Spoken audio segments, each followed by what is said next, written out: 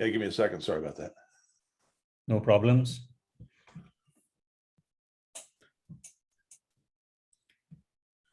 There you go. That should be able to turn it on now. Awesome. Sorry about that.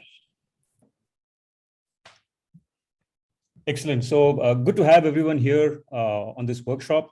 And we hope you have a great couple of days learning more about Sumo Logic and what are the capabilities that Sumo as a platform can deliver for you and your organizations. If you can just advance to the next slide, John. Suresh. Now, obviously, there's a lot of stuff that we will cover, and it'll be great to have so many of you certified on the Sumo platform.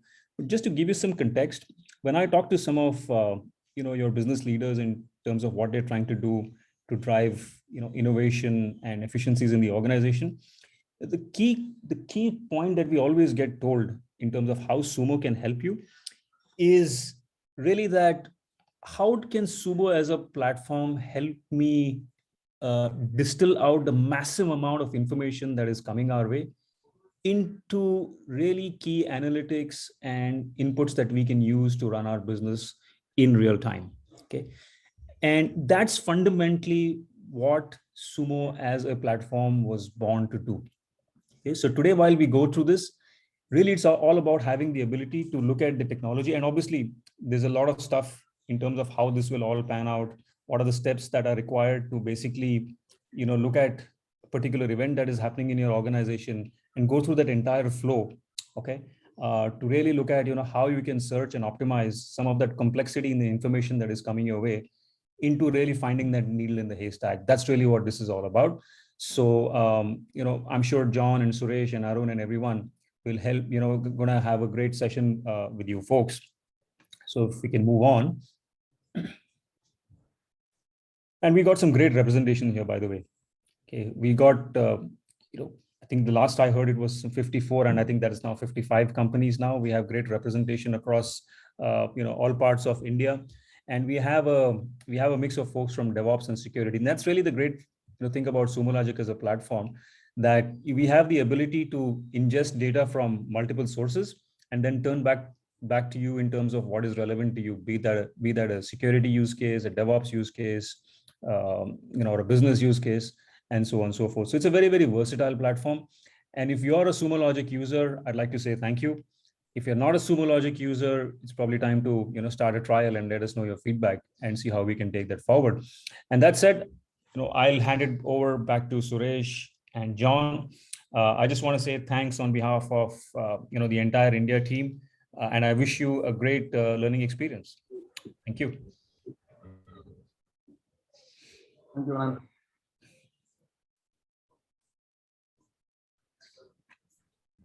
Hey folks, this is John Meredith, your instructor. I want to introduce you to some of the folks that will be with us today. So Anant, you just heard from, is our regional director and country manager out in India. Justin, did you want to say hi, sir? Sure. Always a pleasure, John. And hi, everyone. This is Justin. I work as Sumo's sales director for India and based out of Mumbai. I know a few of the people who already are on. Welcome, folks, as well as the new clan. So thank you so much for giving time, and we hope it's going to be an enjoyable session spread over the next 2 days. Thanks again. Terrific, thanks. And then a couple other things, like I said, today I will be your instructor. And so I'll introduce myself here in just a little bit, but I've got a couple of folks assisting me. So Suresh is helping me, Arun and Poonam. And so I want to give them a chance to introduce themselves. So Suresh, want to say hi? Thank you, John. Hi, everyone. I'm Suresh. I lead the solution engineering for the Sumo Logic in India. I'm based out of Bangalore, being with Sumo for 3+ years now, being in the industry for 20+ years. Happy to meet all of you in this training plus webinar today.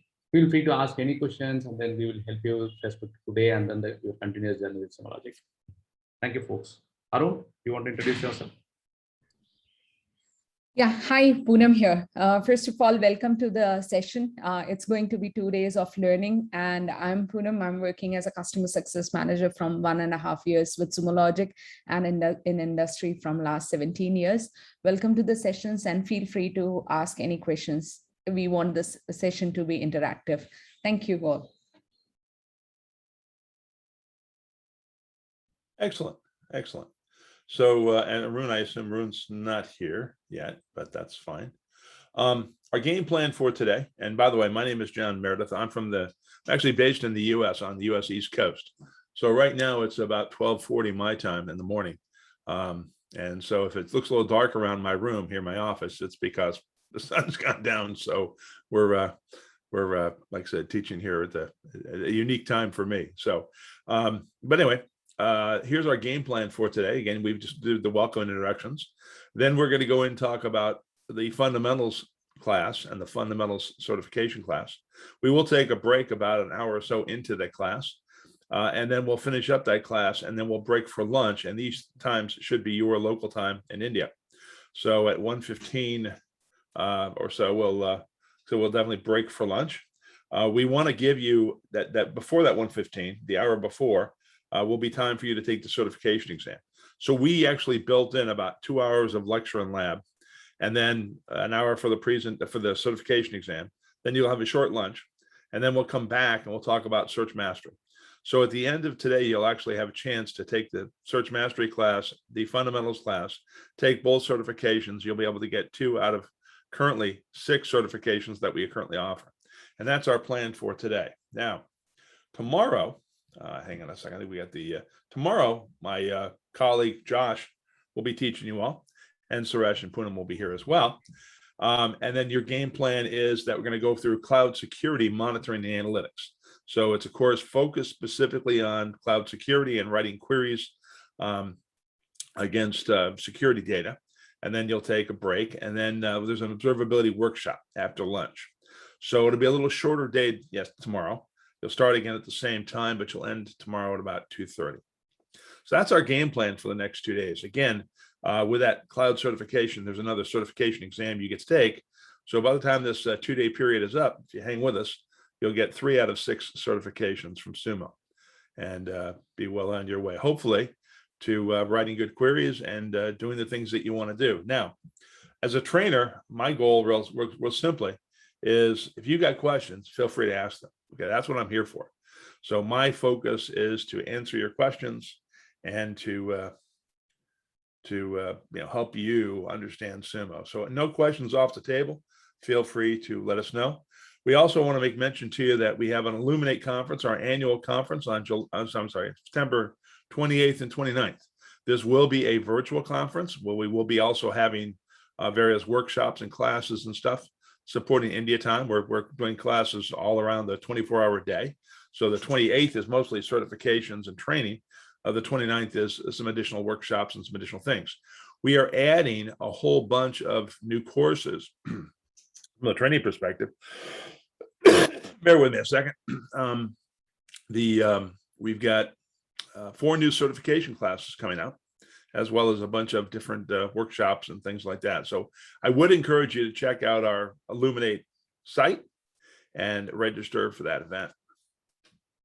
Otherwise, we will go ahead and get started. Before we get started, are there any questions any of you all have? Let me make sure I enable the microphones here. From time to time, I'll make it pass on the microphones, make sure you guys can all ask your questions. You can also put them in the chat box too, if you want. So whatever works for you, works for me. So let me make sure the microphones are all enabled. By the way, we've got about 53 folks here, so nice attendance. Glad to have you here. And these classes are pretty much hands-on type exercises. So I'll go through some labs and some lecture and stuff like that. But beyond that, the focus is going to be really hands-on and interactive. So somebody commented, appreciate that you're awake at night.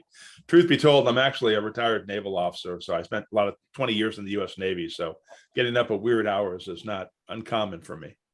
So although I have to say, we've got the dog confused. My wife just went to bed and the dog's like, who do I stay with? So the dog is thoroughly confused right now. Anyway, I'm going to stop my video sharing, and let's go ahead and stop this deck for right now. And let's get into our material. Sir, Sir, question. Okay. Okay, sir. Rama, I'm hearing some background. I'm going to mute you there because I'm not sure exactly what's going on. So bear with me a second, folks. We apparently the slides here got a little advanced on me when we were playing with them. So that's another story. So let me introduce you to the Sumo Generalist Fundamental Certification Exam, or the certification course. And so this course is really designed to set the foundation about Sumo Logic. And you'll find that the next class we're going to get into, Search Mastery, focuses on writing good queries, good log queries specifically. So in this course, we're going to spend the next 3 hours talking a little about what Sumo Logic is and how it can help you. I'm going to jump right into a use case where we're going to see how we can troubleshoot using Sumo Logic. Then I'm going to get you login credentials so you guys can all log in. And you can use those credentials both today and tomorrow. And then we'll go ahead and look at our collection of data where we have what data is coming into your environment, be able to search and parse, be able to create a dashboard, create an alert, things along those lines. And then, as I said, the last hour is going to be dedicated to taking the exam, the last hour of this morning. So sure, no problem. Thank you. I will do that. So bear with me a second. I've got a couple of other folks here. I see they've joined us. I'm going to enable their microphones, and I'm going to let one of my colleagues take care of that as soon as I give them permissions to do so. So thank you very much. Let me that take care of that. And also let me, okay, there we go. So that's our game plan. Again, if we go through here, if you got any questions, feel free to let me know. We're going to skip that slide. We are trying to run a special promotion right now, but I don't believe you guys have Uber Eats. It's very popular right now where you guys are at. So no problem. So how does Sumo Logic help me? Well, again, back in my career, throughout my career and stuff like that, I did various jobs, you know, a programmer, a DBA, a network admin, even did a couple of stints as an IT manager. Okay. But I always migrate back to what I love doing, which is teaching. So, but back in the day when I was an IT manager, I used to come in an hour early every morning to check out my logs. All right, I'd review my backup logs, make sure my backups ran. I'd review my Active Directory logs to see who managed to get themselves locked out. I'd review, you know, my email logs to see if any emails are bouncing or any problems like that. Had I had Sumo Logic, what took me about an hour or 45 minutes to an hour to do in the morning, I could have easily done in about 5 minutes. So, you know, you can look at your operational intelligence within your organization. How are your systems doing? Are they up? Are they running? These days with the cloud environments and all the microservices and everything else, that can be quite a daunting task. And the good news is with our product, you can see across your cloud environments, basically see how things are running, see if you're having issues, you know, that sort of thing. So you can look at it from an operational intelligence perspective. Additionally, you can run it from a security perspective. Where are my users logging in from? Does that make sense? Are they logging in from strange places around the world that, quite frankly, they should be logging in from? Are people trying to log in from strange places around the world? What kind of operating systems are they logging in from? You know, what sort of browsers? Again, what my firewall traffic is, that sort of thing. And then obviously from a business intelligence perspective, you know, my users are accessing my website. What are they looking at my website? Or what are they interested in? What are they purchasing? What are they not purchasing? Those sort of things.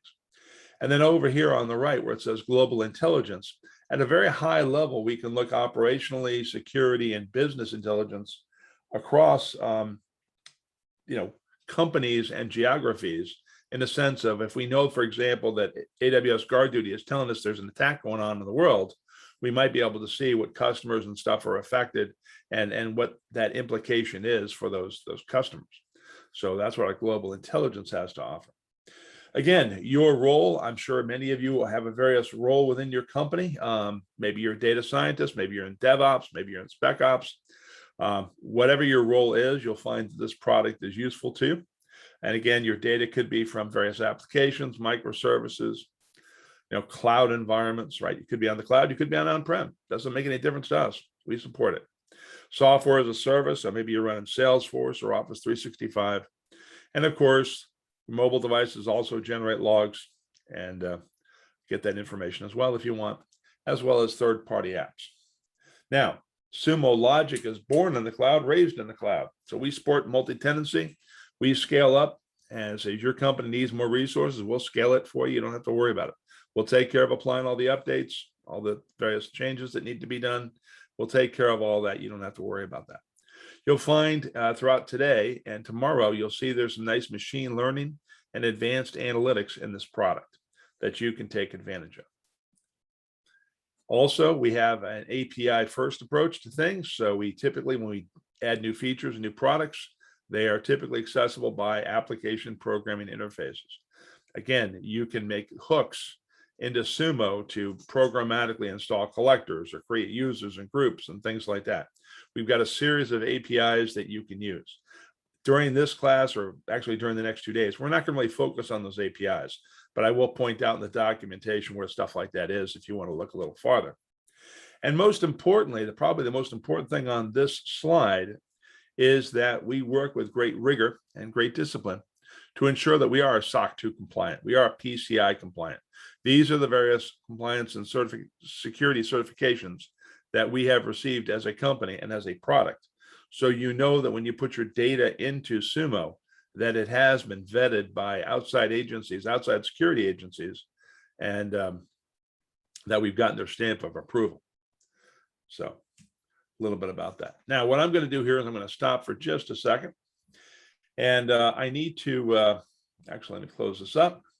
We use Slack. We happen to use Slack here at Sumo Logic, as opposed to Teams or other things to communicate internally. But we also have here a Slack channel where I can receive alerts. And what you'll notice is if I look here is that I'm getting alerts here in my Sumo Logic environment about a problem. Now, truth be told, these alerts are log generated. So they are there to kind of, set up a story here. That's why you see them repetitively and that sort of thing. But basically, I'm getting an alert in Slack, which you can do in Sumo. You can receive alert messages in Slack or Teams or whatever. And basically, it's telling me I've got a problem. So what I want to do here is I'm going to use this. Do we have such a capability with Teams? Yes, you can take advantage of the API with Microsoft Teams, and you can send alerts to Microsoft Teams if you want. So basically, I have a message here telling me I've got a problem. And of course, what I want to do is resolve this problem before my boss wakes up. So I'm going to go ahead and I'm going to go into Sumo Logic. And a little later on, I'm going to actually log you guys into Sumo, have you guys log into the Sumo training environment. But for right now, just bear with me a moment while I do my thing here. So I'm going to go out here to our Sumo Logic demo environment. And here in our Sumo Logic demo environment, let me go ahead and close up all these lovely tabs. So here I am in Sumo, specifically, this is our demo environment. And in our demo environment, I can open up this navigation panel, as we call it, the navigation pane. And then down here's my main menu and all that good stuff. In my shared library, we have a bunch of production issues for this company called Travelogic. So let me briefly explain to you here what's happening. We have a fictitious company here, sister company called Travelogic, where you and I and others can book flights and hotels and cars, and we can travel around the world. We can have ourselves a great time, okay? And so what happens is Travelogic uses Sumo Logic. It also uses AWS. It's on the cloud. And again, we use Sumo to monitor the health of this Travelogic application.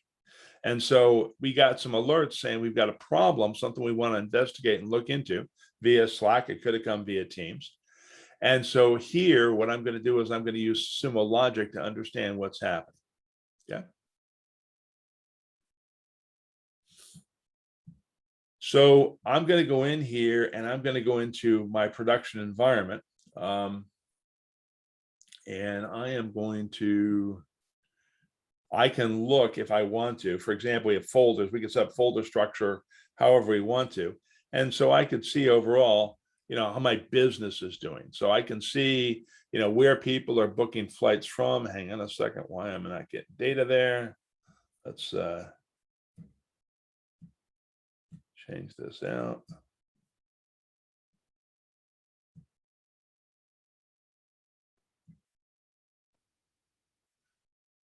Interesting. Okay. All right.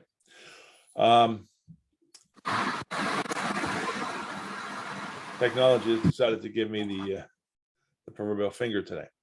The point is that really what I want to do is I've got an alert. I got a problem. So I am going to go into my operations area.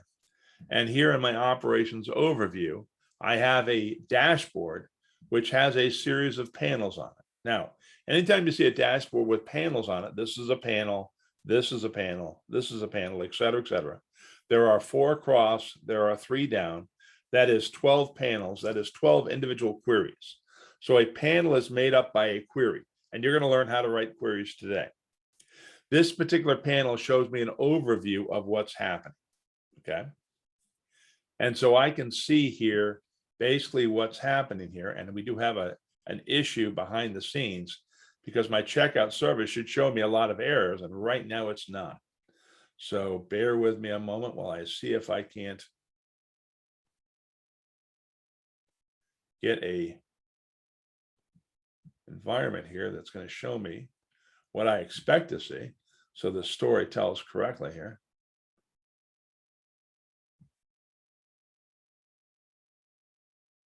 Okay, somebody's been playing with our environment. Okay, the point is that these panels would normally indicate whether things are working, not working, things like that with simple colors.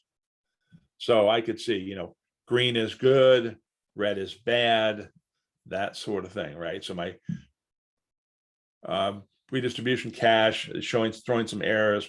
My worker issues are throwing some errors, that sort of thing. Now, my checkout service should be throwing some errors.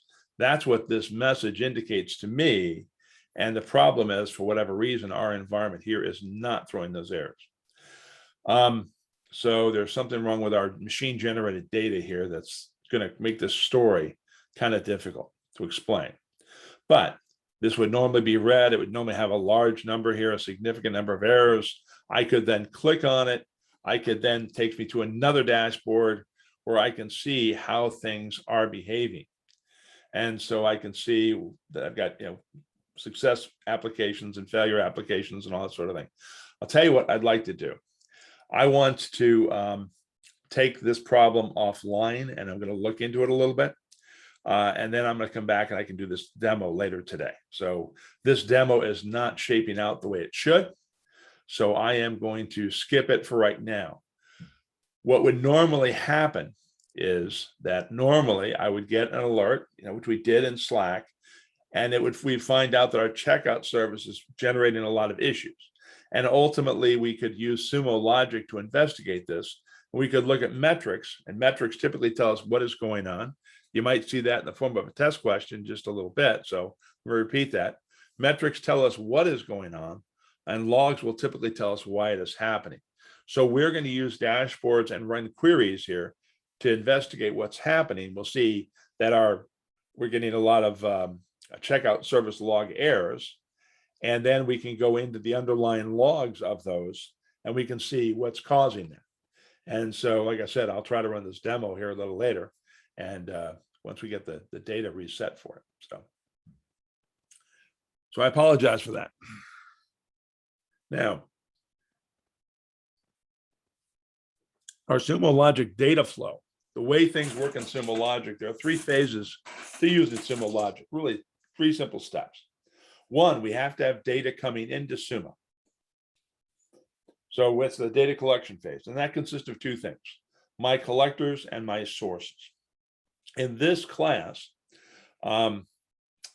you'll see our data collection in a little bit. You'll see where our data can come from, and therefore you can go and look at your company's data to see what data you're collecting. But what a collector is, it's a little lightweight Java app that's going to compress the data, encrypt the data, and send it to Sumo Logic. That's what a collector does. Now, underneath those collectors, running in those collectors, are my various log sources. So am I getting my log sources from AWS? And if I am, what am I getting? You know, CloudTrail, S3 bucket, you know, what sort of sources am I getting? So each one of those would be a source of data, if you will, source of log messages, metric data, whatever. So that information comes into Sumo, and I'll talk a little more about collectors in just a bit. Then we can start writing queries. We can start writing log queries or metric queries against that information using various operators. And ultimately, when we start to aggregate and start to visualize here, we'll start seeing some charts, and we'll be able to, bar charts, line charts, map charts, all kinds of different charts, all kinds of different visualizations, so we can see what's happening. That's part of our searching and analyzing phase. And then from there, we can take those charts and we can take them and incorporate them into a dashboard. And so we can start building dashboards telling the story that we want to tell. And then we can also generate alerts. Now, in this class today and tomorrow, we will be focused on searching and analyzing, as well as visualizing and monitoring. So you all will have the opportunity to see firsthand here how to search and analyze, as well as visualize and monitoring. Where we teach the data collection, as far as setting up our collectors and setting up our sources, we do that in our admin classes. Okay. So just want you to be advised where things are. Now, as far as collectors go, there's two flavors of collectors. If you're on the cloud, those are using hosted collectors. Or if you're using things like Salesforce or whatever, those are hosted collectors. You don't have to install anything. Those are already there. In fact, they're maintained by us. Test question. So hosted collectors are maintained by Sumo Logic. You don't have to worry about them. If you've got some old legacy equipment, some servers and stuff in your environment, you could install a collector on each of the machines that you want to grab logs from. So you could install a collector on those various machines. And that collector, again, will take our data, it will encrypt it, compress it, and send it to the Sumo Logic environment. Now, you could also, instead of setting up a collector on each machine, you could set up what we call a consolidated collector. And by the way, these collectors are little lightweight Java-based applications. So very lightweight. They're going to take up probably less than 1% of your CPU and 1% of your memory. So not a heavy footprint at all, very light footprint. But you can set up a consolidated installed collector, and then you can add these machines forward their logs to this machine, which will then encrypt it, compress it, and send it through your firewall to the Sumo Logic cloud. So, all right. So somebody's asking the question, will we have labs and stuff to play with? Yes, you will. So not a problem. Yeah, we're actually going to get to those in just a few minutes. And you'll be using those labs for the next 2 days. And you can go back and do those labs again if you want. So when we take this information and we bring it into Sumo Logic, there's some metadata tags we use. And I'm sure you're familiar with the term metadata. It's information about your data. It's not a Sumo Logic term, it's an industry term, right? So when we create a collector, we can reference that by saying underscore collector equals, and then citing the name of that collector that we created. Or we can reference underscore source host, which is this host name of the server. Now, this underscore source name is the name and path of the log file. Again, something that you might see in the form of a test question. So I just want to give you kind of a heads up here. Now, these first four are not bolded. This last one is. And this last one's important. We added a metadata tag to our product called source category. And you, when you define your sources, can configure this one so that it reflects the structure of your organization. For example, you probably have a prod environment, a dev environment, a QA environment. Maybe you got a labs environment. So you might start with those tags, labs, QA, dev, whatever. And then since we're grabbing some Apache logs, Apache access, I can then put a slash in here and say, in that environment, I'm dealing with my Apache subsystem. And then slash, specifically in my Apache subsystem, I'm grabbing my Apache access logs, as opposed to my Apache error logs. So you can create these categories to reflect what your data is and where your data is coming from. And then you can use these to search by as well. And you can even use wildcards. So for example, if I said underscore source category equals lab / Apache / access, I would see my Apache access logs from my labs environment.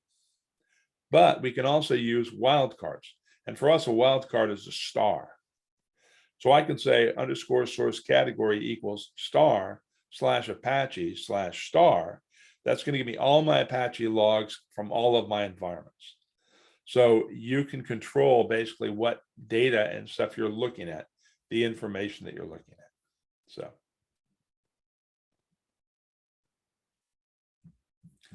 All right.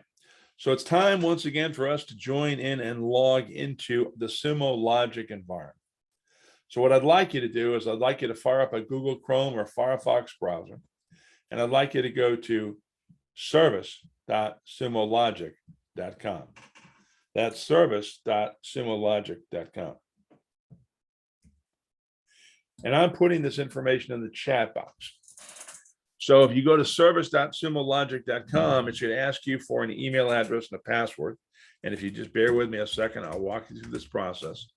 Because one of the things that you need to do is, next thing you need to do is pick a 3-digit number. I don't care what number you pick, anywhere from 001 to 999. But I would like you to pick a 3-digit number, and I'd like you to go ahead and type it into the chat box so I know what numbers you're going to grab. So pick a number randomly. 1, 2, 3, somebody's into James Bond, 007, whatever you want. So bear with me a second. There we go. Great. And then what you're going to do here, let me log out of my environment here. Let me switch around here.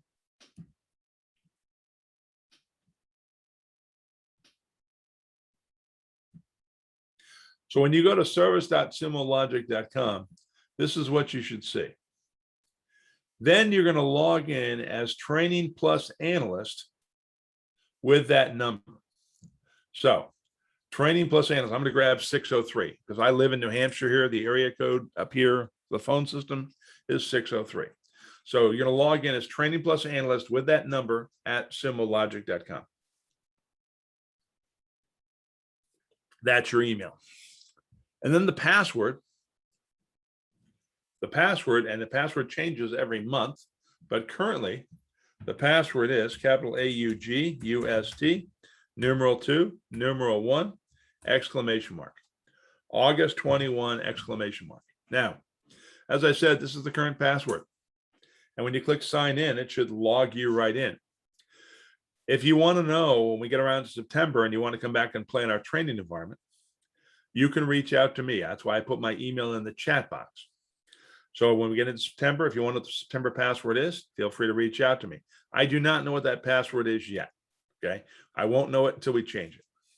But the point is, I always know what our passwords are because we use this training environment each and every day when we do classes. So here, when I log in with this account, I can see various things. I'm going to close these various tabs and we'll walk through this interface. Okay. Okay. I just put my email in here again. Oops, hold on a second. Let's maybe I thought I did, but give me a second.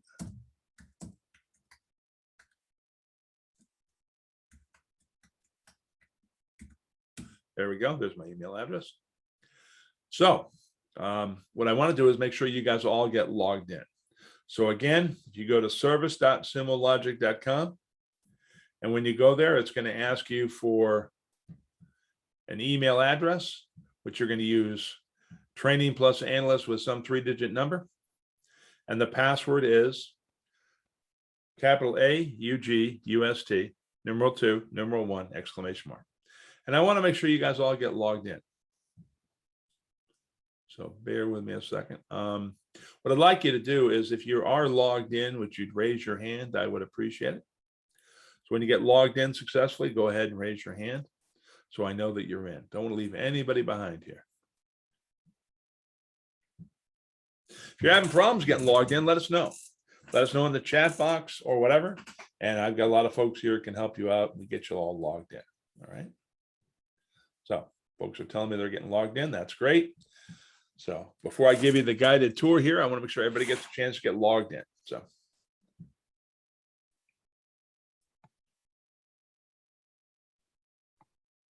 More importantly, if you're having problems logging in, please let us know that. So put it in the chat box, unmute your mic, say I'm having problems, whatever.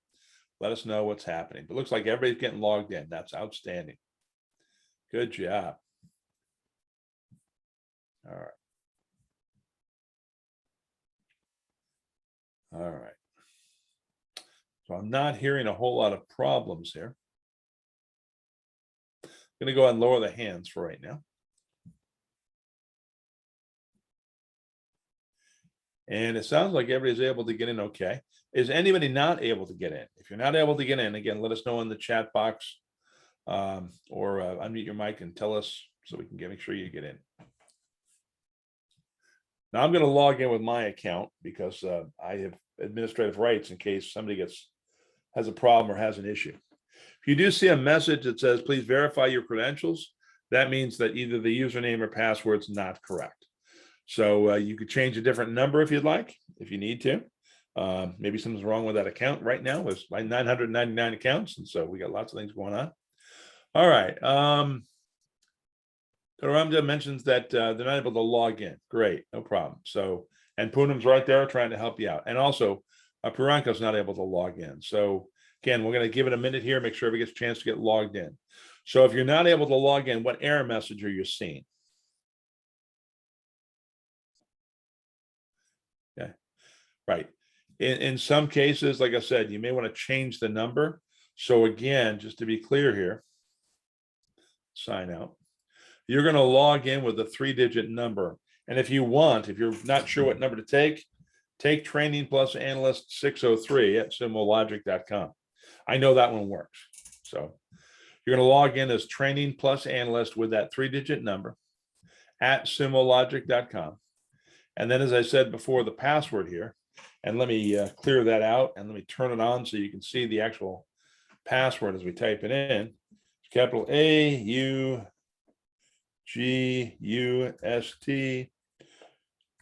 number 2, number 1, exclamation mark.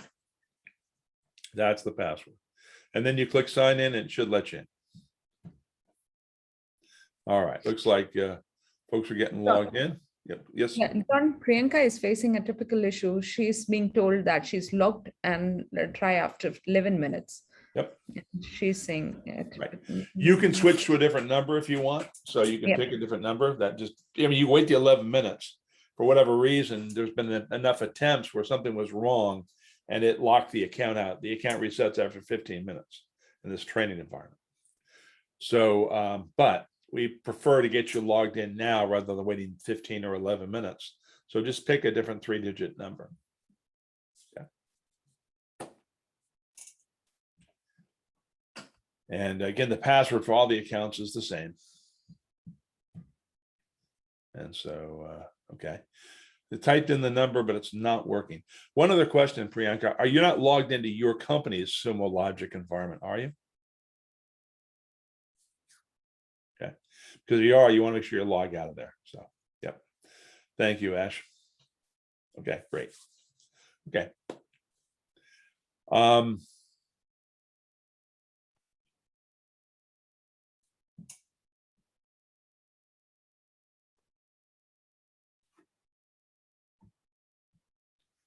And again, just try it. Like I said, try a different number and see if helps. I do know, like I said, 603 works.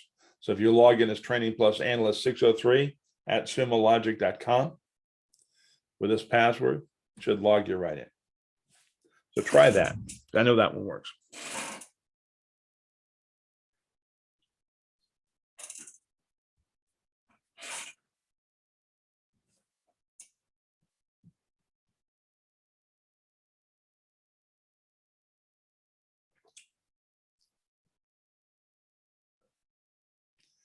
And Priyanka, when you get a chance, give us a status update here if you're logged in or still having problems. We don't want to leave anybody behind.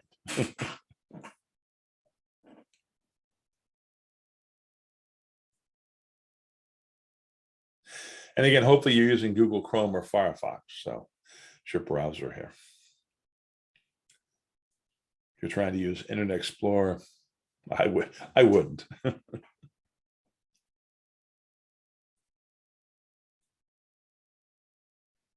All right.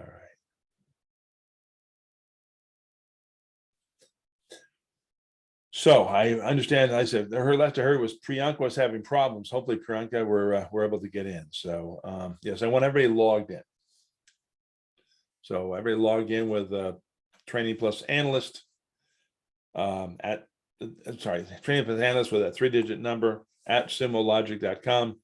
That's your email address, and then the password, like I said, is capital AUGUST, numeral 2, numeral 1, exclamation mark.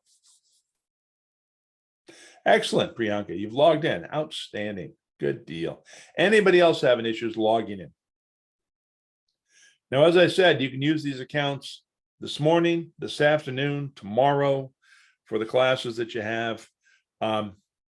If you want to play around next week, you can log into the training environment. So we are in good shape. Looks like we are all logged in. So as I said, I'm going to go ahead and log in here as well. And so when you log in, you may have a bunch of tabs open here or not, depending on the last person who logged in, where they left it. This panel may be opened, it may be closed. So let's give you the guided tour. So over here where it says Sumo Logic, if you got this hamburger menu, that means your navigation panel is not open. And so I'm going to click on that hamburger menu or that Sumo Logic term, and I'm going to go ahead and open it up. Just realized it might be helpful to close my office door so I don't keep my wife awake. So here, if you open up the navigation panel, up here, you can see various folders.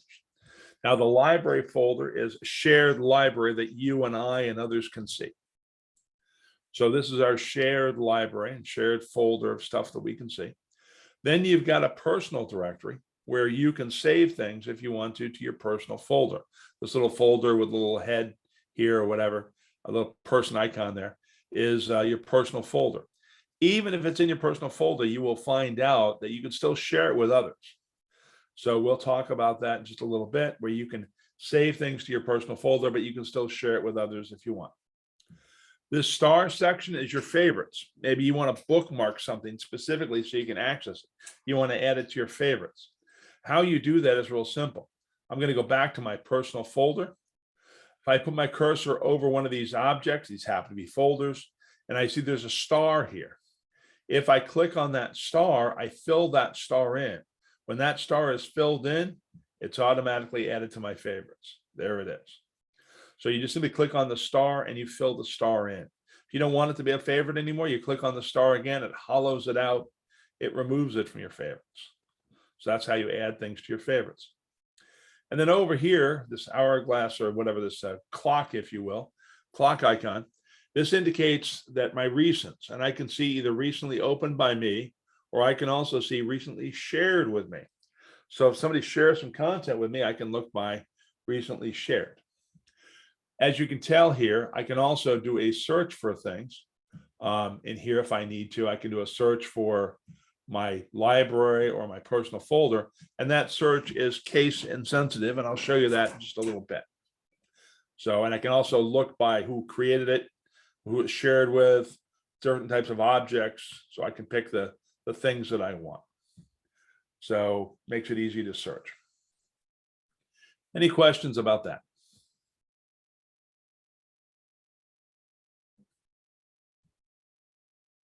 Looking good. Okay, great. Okay. Now, yeah, you haven't added anything, but the previous, we use these environments all the time. And so your previous persons who logged in as your account has put some things in your personal folder. So we have created a whole bunch of applications here. And so don't let that bother you. We clean these up from time to time. Now, down below here is our main menu.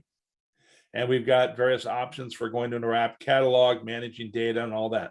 We'll talk about some of those options as we go through the class.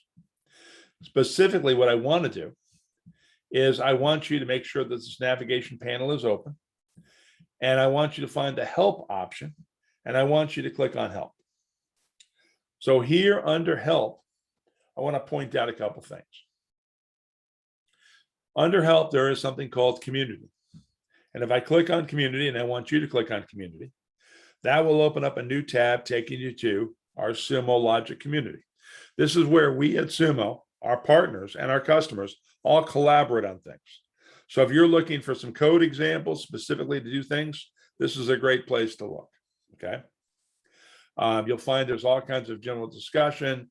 This is where people give us ideas about enhancements, product enhancements, and all that fun stuff, and you can actually vote on those. It's under the ideas section. for product enhancements and suggestions. What I want to do, though, is in the Sumo Logic community, I want you to search for the word slides. I want you to search for the word slides, S-L-I-D-E-S.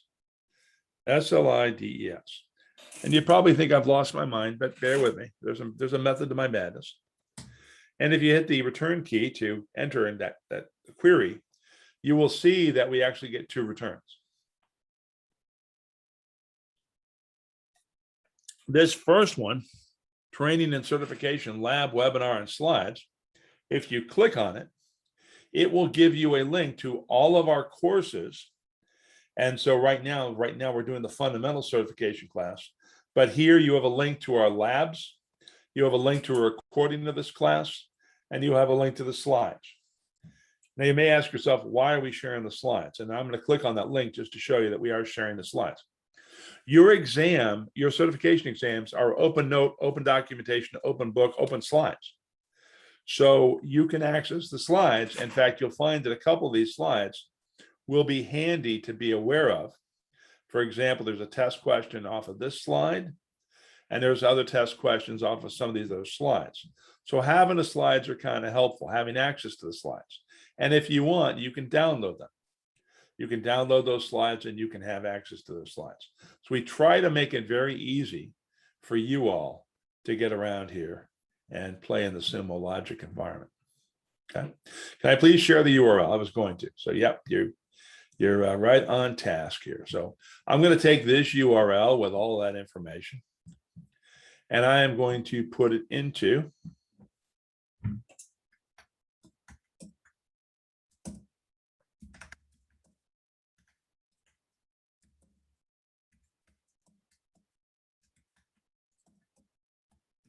there you go. So there is that URL.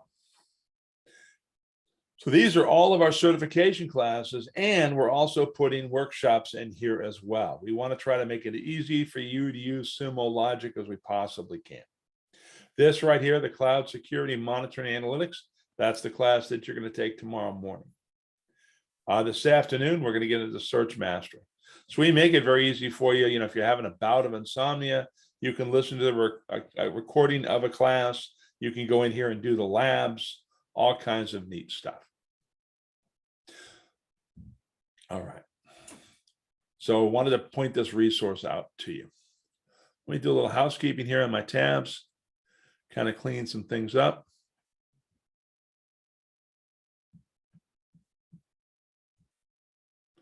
I'm going to pin this to get it out of my way. Another tab that I think you're going to find helpful is, again, in my Sumo Logic environment, in my main menu, under Help, there's Documentation. Now, if you click on Documentation, it may or may not open up our Doc Hub. And the reason what it's doing is it's context sensitive. So if you click on Help, Documentation, and nothing happens, it's because it's waiting for you to do some activity here. So for example, if I click on Manage Data and I click on Collection, and then I go into Help and click Documentation, it's going to go to my Doc Hub, specifically trying to tell me information about my collection. That's where you were, so therefore it's going to try to help you with regards to this collection information. If you are in our Sumo Logic environment, and if you go into App Catalog, and then you go click on Help and Documentation, it's going to take you to our application help page, talking about what you're seeing. So our product tries to be context sensitive to what you're doing. Additionally, you can always get to our help page, our documentation, if you will, by opening up a new tab and typing in the following URL, help.sumologic.com. You want to get to our documentation? It's help.sumologic.com. Now, our material here is broken up into chapters. And so everything to do with Sumo Logic is here. For example, if you're a big fan of APIs, we got a whole chapter on APIs. And you can look up the APIs, what arguments pass, and all that good stuff. This is all kind of handy, okay? Abdul, you're trying to log in. It says verify your credentials. Try a different number, please. Pick a different 3-digit number. So again, it's training plus analyst with that 3-digit number at sumologic.com. So Abdul, change your number, please. Now, a couple things I do want to point out to you in our documentation. So under the search chapter, if I click on these 3 dots to expand my list, you'll see there's a section here called search cheat sheets. And if I click on search cheat sheets, you'll see that my table of contents has moved to my left. So if you're in our documentation and you're actually in it, not the table of contents, but you're actually in it, this will be on the left. Under search cheat sheets, there's something called log operator cheat sheet. And under my log operator cheat sheet, these are all the operators we use for log queries right here. So I'm going to take this URL and I'm going to copy and put it in the chat box as well.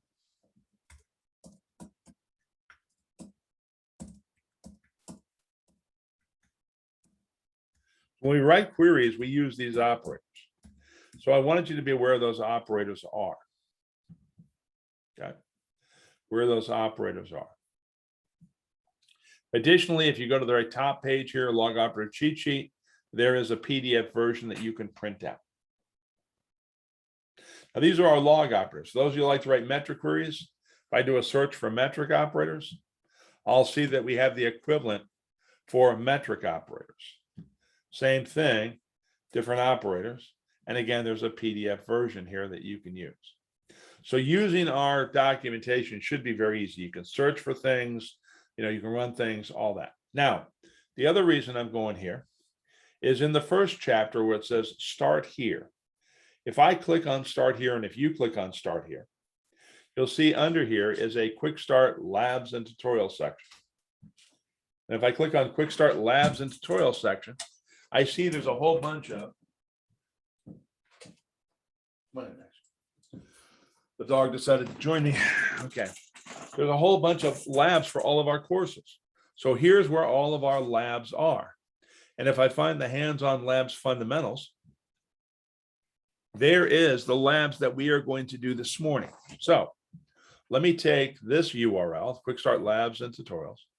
Let me copy it and let me paste it in the chat box. No problem. Yeah, somebody asked me to slow down, and I appreciate that. I'm going to do that in just a second. So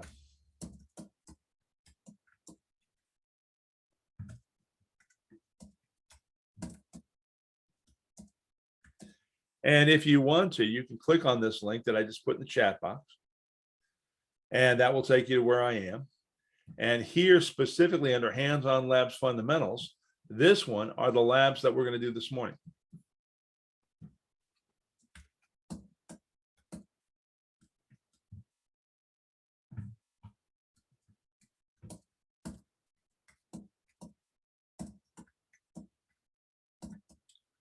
So our course is going to consist of doing these 7 labs. That's what we're going to do. Okay.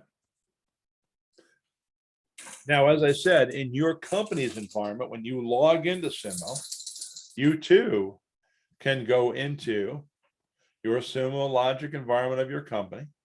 You too can open up this navigation panel. You too can go into the main menu under help, and you can access this stuff as well. Okay. So any questions so far?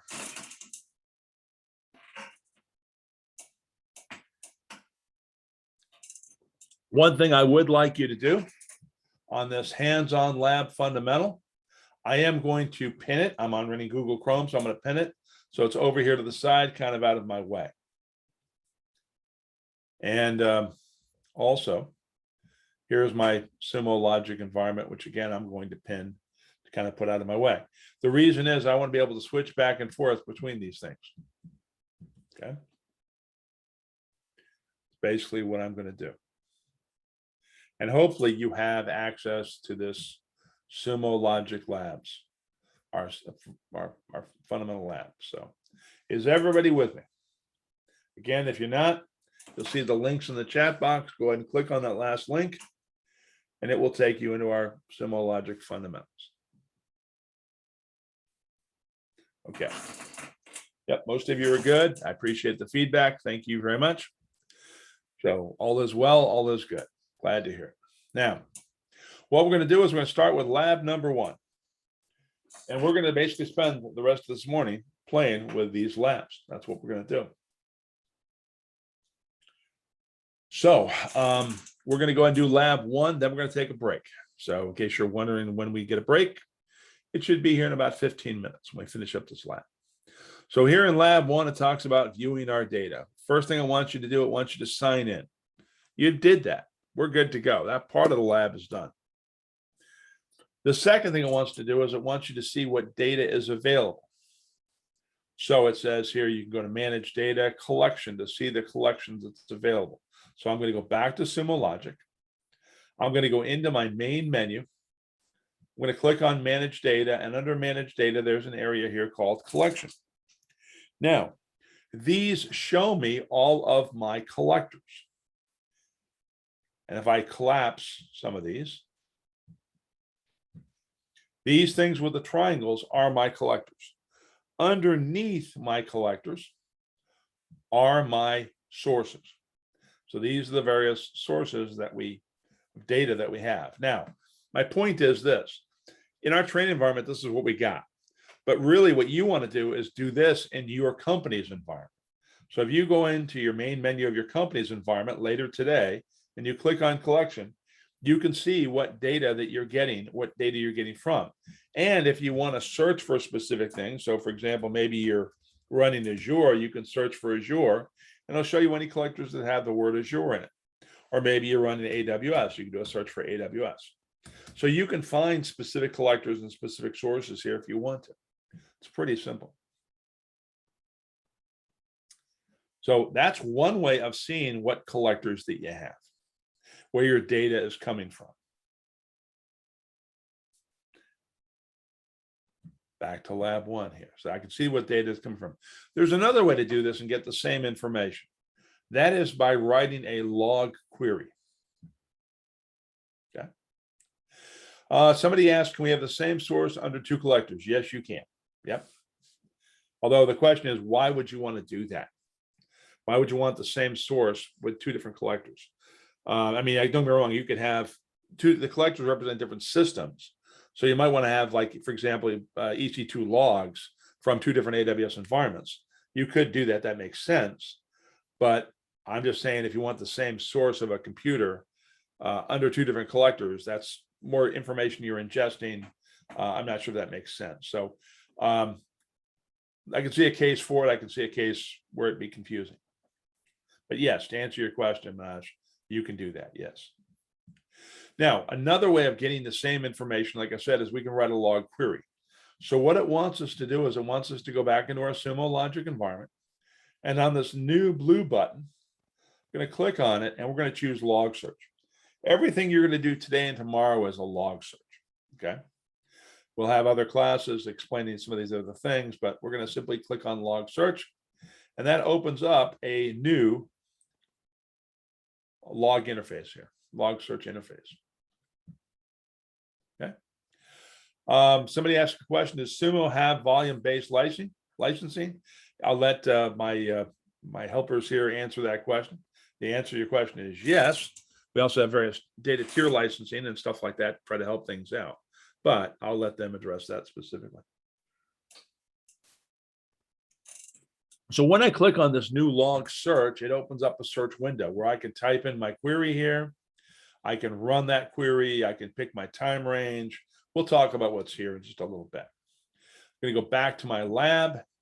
Here it says, I'll click on log search, opens up this panel, which it did. Then I can take this code that's right here and I can copy it. So you can take the code that's right there. You can copy it, right click and copy, and then you can paste it. But what I'm going to do is I'm going to build this out a little bit. So on my code, the first thing I'm going to do is I'm going to put a wildcard in it, which we don't necessarily recommend as a good practice. It's a best practice. Basically, that means give me everything. So if I click the start button or hit the enter key on my keyboard, it's going to show me all the logs I have for the last 15 minutes. And it looks like this is done. My query is done. It took me 5 seconds. I've got over 1 million log messages here. And obviously I don't want to go through each and every one of those log messages, but I get an idea of my result set right here. So in here, like I said, this is my histogram, which I can show. I can do the number of messages over each of my last 15 minutes. We'll talk about changing that time in just a little bit. Down here are where my messages are. And then over here is something called my field browser. And we'll talk about the field browser in a bit. Now to this command, I want to add an additional command. So the way we string our commands together is we use a pipe symbol. So a pipe symbol, that vertical line. And I'm going to say, I'm going to use the command count by, and I'm going to type in an underscore. Notice as I start typing things in, it starts giving me hints here, some examples. So I do want to grab my count by source category. Oops. Helps if I spell correctly.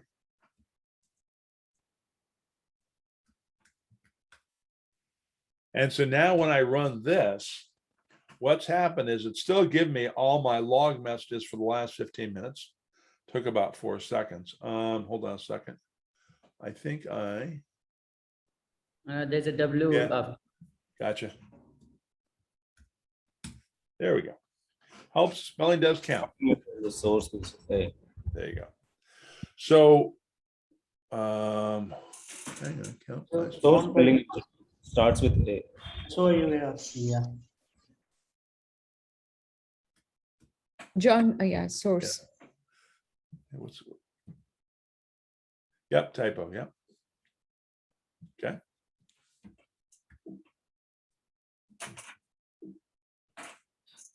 Okay, here we go. Just bear with me a second, folks.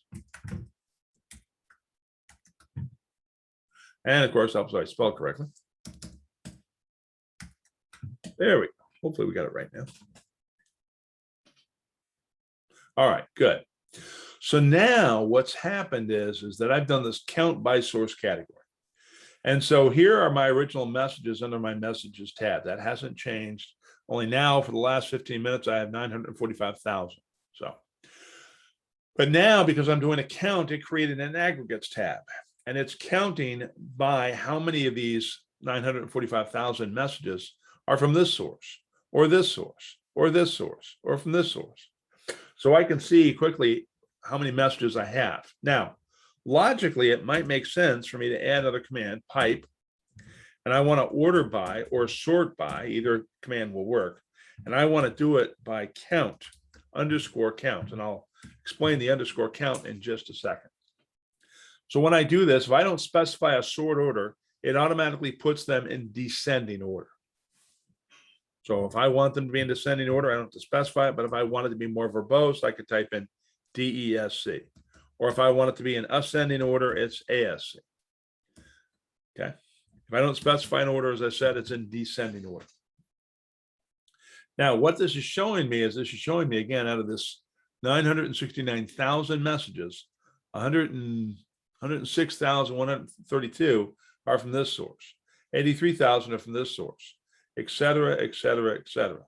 So now I've got an idea of what happened. Now, the logical question you might have is, okay, here I use the count operator.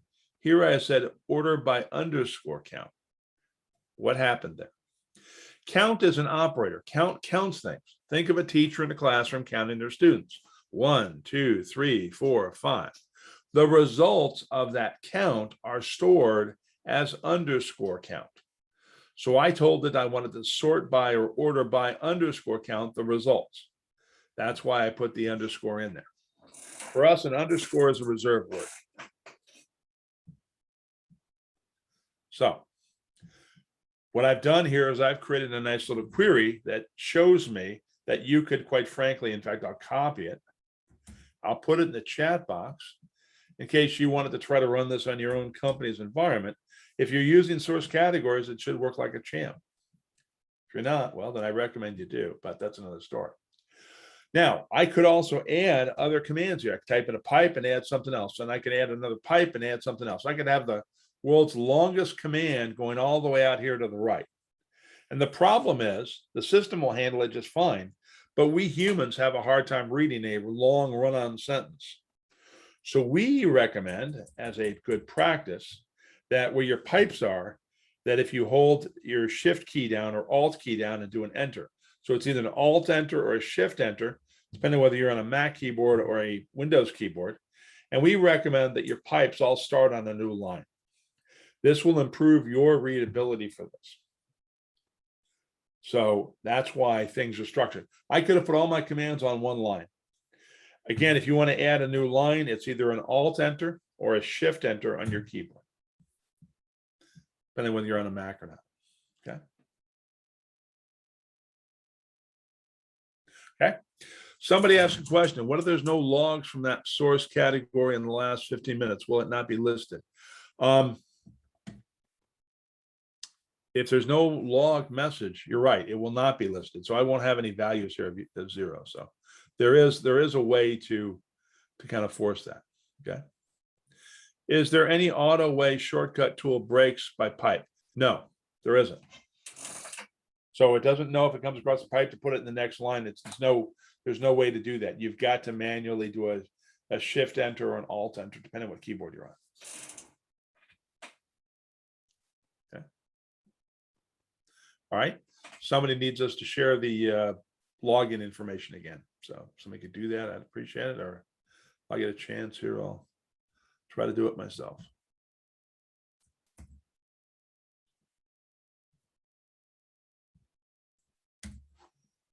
There we go. There's login information. Okay. All right. Can you type in the duration of your searches? Yeah, we're going to get to that. So good question. We're going to get into that in just a little bit. So here back in lab 1, right, we did our count and I actually enhanced it a little bit to see our results. Okay. Now, the next thing it wants us to do is it wants us to go ahead and find and display a shared dashboard. Because again, in your company, we assume that you are going to want to find things that somebody put in your environment. So if you want to find something, again, we're going to open up our navigation panel, open up my navigation pane. I want to search in the library. That's where this is going to be. And I'm going to search for the word Apache Access, and that's what we want you to search for. Now I'm going to type all mine lowercase because it doesn't make any difference what case it is. The searches are case insensitive. So when I type in Apache Access, I see there's a couple of folders that have Apache Access on them. This first folder was the one created by me, and this is actually the one that you wanted. Some other folks created these folders as well, but this is the one that you want, the first one. And if you click on it and open up the folder, you'll see there's stuff in these folders. There's subfolders, and in these subfolders, there's other things as well. What we want to do is under the Apache Access folder, there's this Apache Overview dashboard. And if you click on the Apache Overview dashboard, it will run this dashboard and it will display the data associated with each of these queries. Earlier, I was trying to mention to you that each one of these panels consists of a query. And so these query are displaying my various data. Some of them are displaying it as a honeycomb, these right here.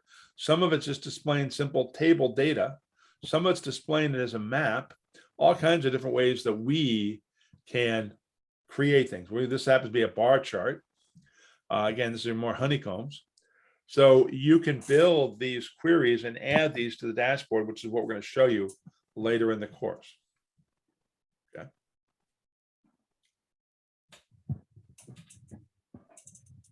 So we want to show you that you can run a dashboard. You can find something that you can run.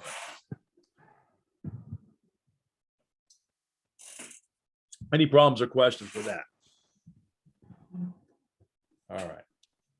Back to my lab. The next thing it wants us to do is we want to show you how you can install an app and view the content of that app. So what's happened is we have created a lot of different applications. So again, I'm going to go back here to my main menu. I'm going to close this up. here in my main menu, there's a thing called App Catalog. And if I click on App Catalog, we have almost about 200 applications here that deal with a lot of different products and a lot of different vendors and stuff like that. We got AWS Cloud Trail. In fact, we got a whole bunch of stuff in the chapter on AWS, right? So you can see your AWS environments. And not to be discriminated against, there's Microsoft Azure and all the apps that we have there.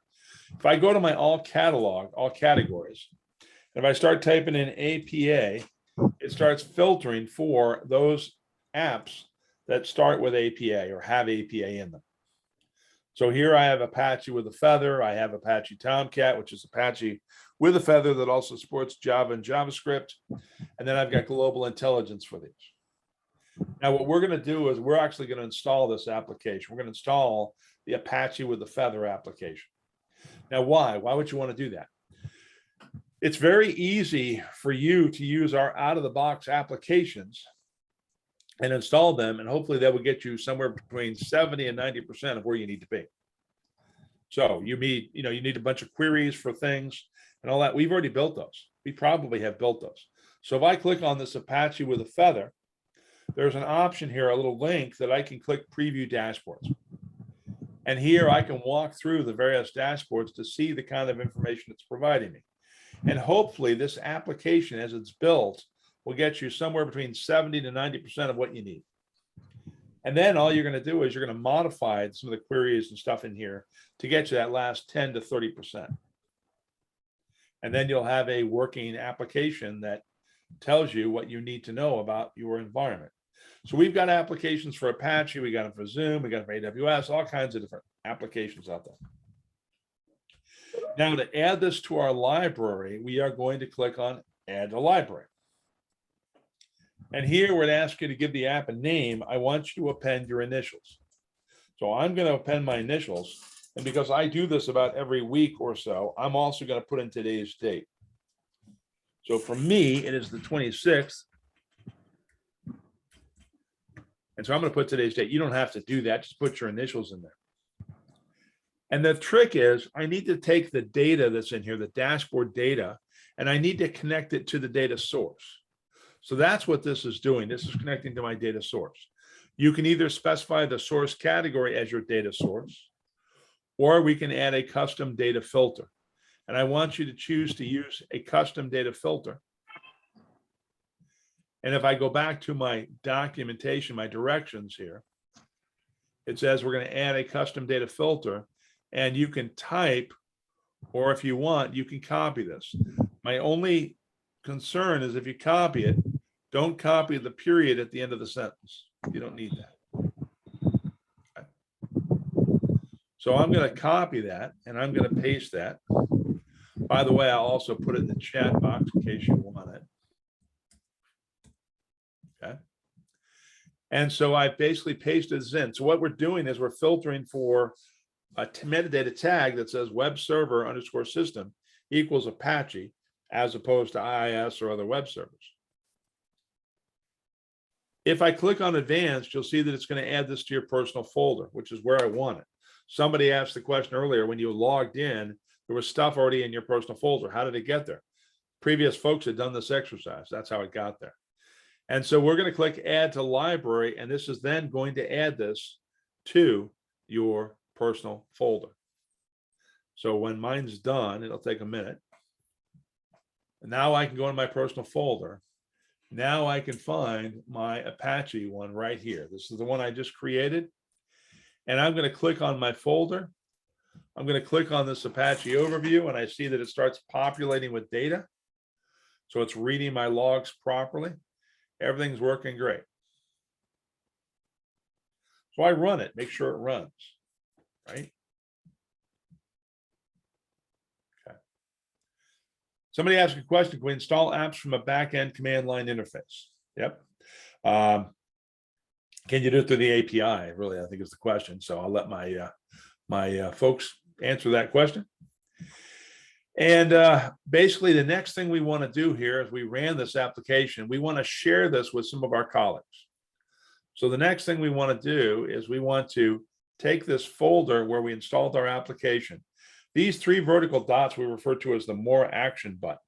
Now, we've got the more action button all over in our product, and all the three dots, every time I click on them, I'm going to see different results. So for example, my more action button here has different settings than my more action button, which is on these tabs.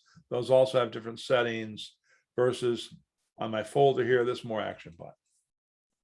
Now, what I want to do on this more action button is I want to do a quick option for share.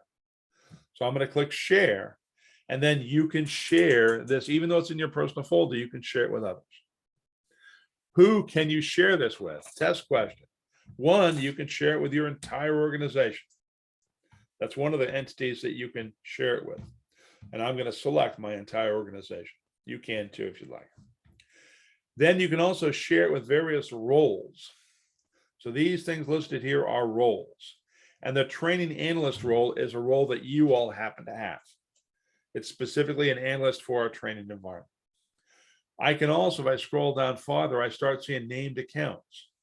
And if you did a search for me, John, you'd see me. I can't do a search for myself, but I can do a search for my boss and your instructor tomorrow, Josh Brothheim. So I'm going to select, you can grab the entire organization, you can grab a role, or you can grab the named user. Those are the three things that you can share with. Now, what level of access do they have? I'm going to give all three of these the same level of access initially, and then I'm going to adjust this. View means they can view and run the dashboards. They can't make any changes to those dashboards, but they can view and run them. Edit means they can view, run, and also make changes to those dashboards, but they can't change the permissions as far as who can access them. They want to do that, that's manage. Manage means they can view, they can edit, and they can also change the permissions. I'm going to choose view for right now. I could notify, I could throw the switch, which means everybody's going to get an email saying I shared this with them, but I'm not going to throw that switch as I don't want to create a maelstrom. I'm going to click share to share this up. And then after the share is done, I'm going to go back in to share again. This time I can see who has access. And now I can change their individual permissions. So I want to give my boss the ability to manage my application. I want to give you all the ability to edit my application, and therefore I can save it. So your three levels of access are view, edit, and manage. Again, makes a great test question. All right.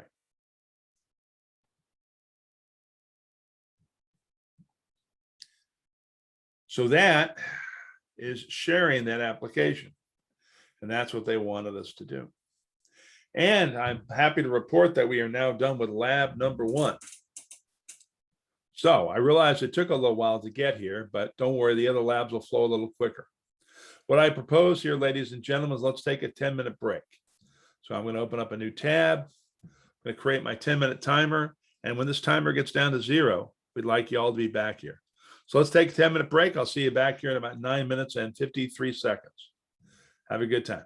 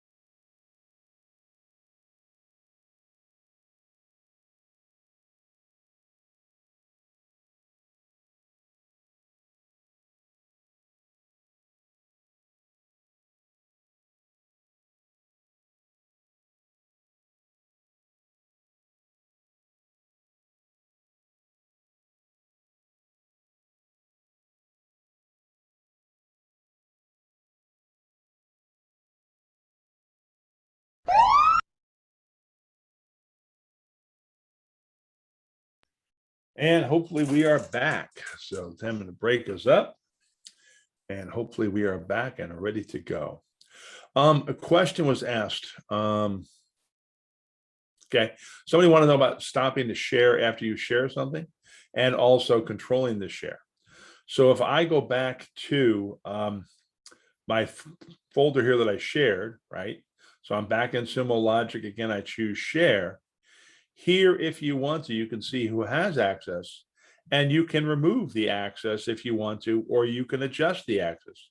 You can add others, you can remove these folks, whatever it is that you want to do. So setting access is fairly easy, and changing access is even easier.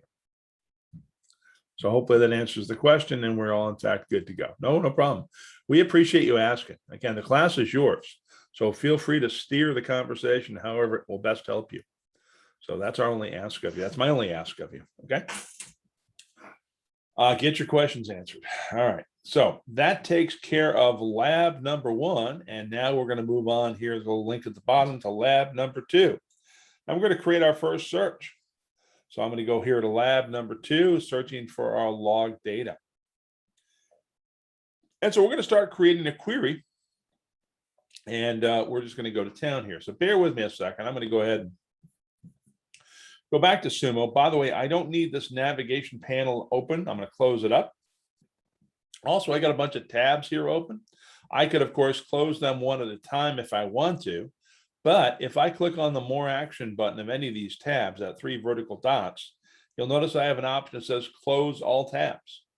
And I'm going to do that. Close all tabs, kind of clean things up, get things back to normal. Okay. Now, what I do want to do is per the directions, I want to grab new. And again, I want to grab a new log search. Now, I'm going to deviate a little bit from the book, and there's a reason why I'm doing it. So typically the first thing that you want to do when you're creating a query is you want to specify what your source of data is. And as I mentioned, we tend to use the tag source category for that purpose. So as I start typing in, the type ahead gives me a list of what matches. I can select it if I want. Okay.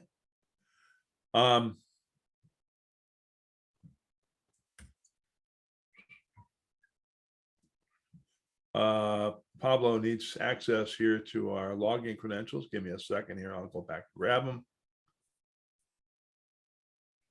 And we will. So somebody want to know how to access our training environment so they can play with these labs. Again, Brad says that email address is says training plus analyst with hashtag.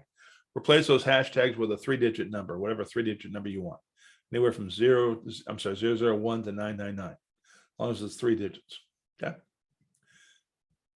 So hopefully I get you a chance to get logged in. So here source category equals, and then what I'm going to do is I'm going to grab a different source, one that you haven't seen before, and there's a method in my madness. I'm going to grab my Snort logs. Now, Snort is a security appliance, and when I run it and I see my Snort logs, and I look at my last 15 minutes worth of data, it shows me that I've gotten in 15 minutes 1,328 log messages in those last 15 minutes. Now, then down here I have my individual messages. Okay. Now, the reason I chose the Snort logs instead of doing what the directions tell me to do is here in my field browser, you will notice that I've got a bunch of hidden fields. And I've got collector, size, source category, et cetera, et cetera. These are our standard metadata tags. Okay. These are our standard metadata tags, and I'm going to talk more about this field browser in just a few. But if I now get rid of the lab/snort and I do my lab/apache/access, like they asked me in the book, in the lab to do, I'll worry about the get statement in just a few minutes. When I look and I run this query, and I click on the query, by default, it's set here for 15 minutes. That's the default. We'll change that and talk about that in just a minute. But if I look at my field browser, I've got a whole bunch of other fields in here. Where did those fields come from, and what do those fields do for me? Well, those fields come from something called a field extraction rule.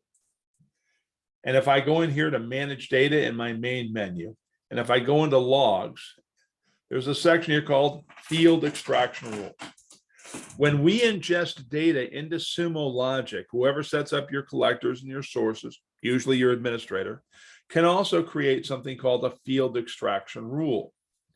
And so they can go in here and create a field extraction rule that says, when I ingest this data into Sumo Logic, I want to parse out certain fields. There's lots of different ways we can parse out fields. We can do a regular expression. We can do parse JSON if the logs are in JSON. We can do XML if they're in XML. Lots of different ways of doing things. And we'll talk about parsing a little bit more in just a few minutes. But the point is, these expressions, and these expressions came from a built-in template that we have. We've got a bunch of built-in templates.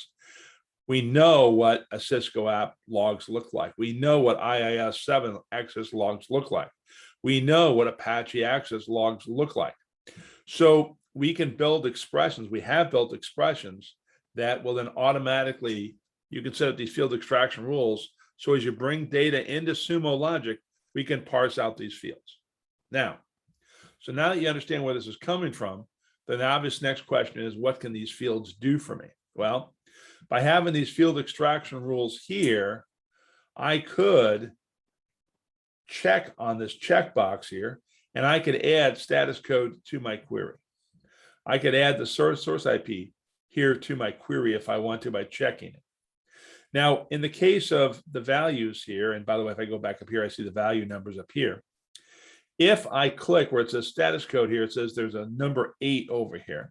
And if I click on that, a little pop-up window appears showing me my 8 different values. So when you do a web page and you get a web page from a web server, you get a status code. 200 means everything worked great. 304 means I received it from cache, et cetera, et cetera. In the case of my 7,826 log messages, 5,800 have a status code of 200, which is about 74%. 1,162 of them have a 304, and so forth and so on. So I can very quickly see here by clicking on this icon here that I can see how my status codes kind of broke out. Kind of a nice little tidbit information for me. Now, if it's got 10 or less values, I'll see the actual values. If it's got more than 10, I'll see the top 10 values. So here I'm only seeing 10 IP addresses, my top 10. And I can see that out of my 5,000 messages or whatever, 865 or 16% are from this IP address. And 792 are from this IP address, et cetera, et cetera, et cetera. So these field browsers let me select these fields if I want to add them. Now, when we built this training class, we had to make some assumptions. And one of the assumptions is you don't have any field extraction rules. So we'll show you how we can extract values out of here. Okay.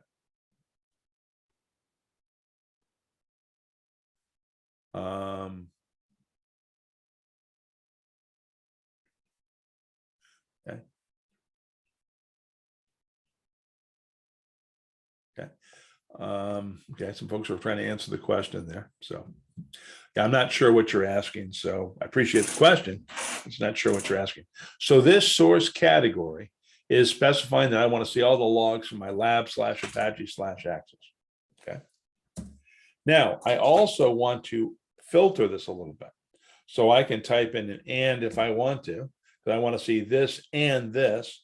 And I want to type in, for example, here, I'm going to type in something different than the book. I'm going to type in 304. So I only want to see those messages that have a 304 in them.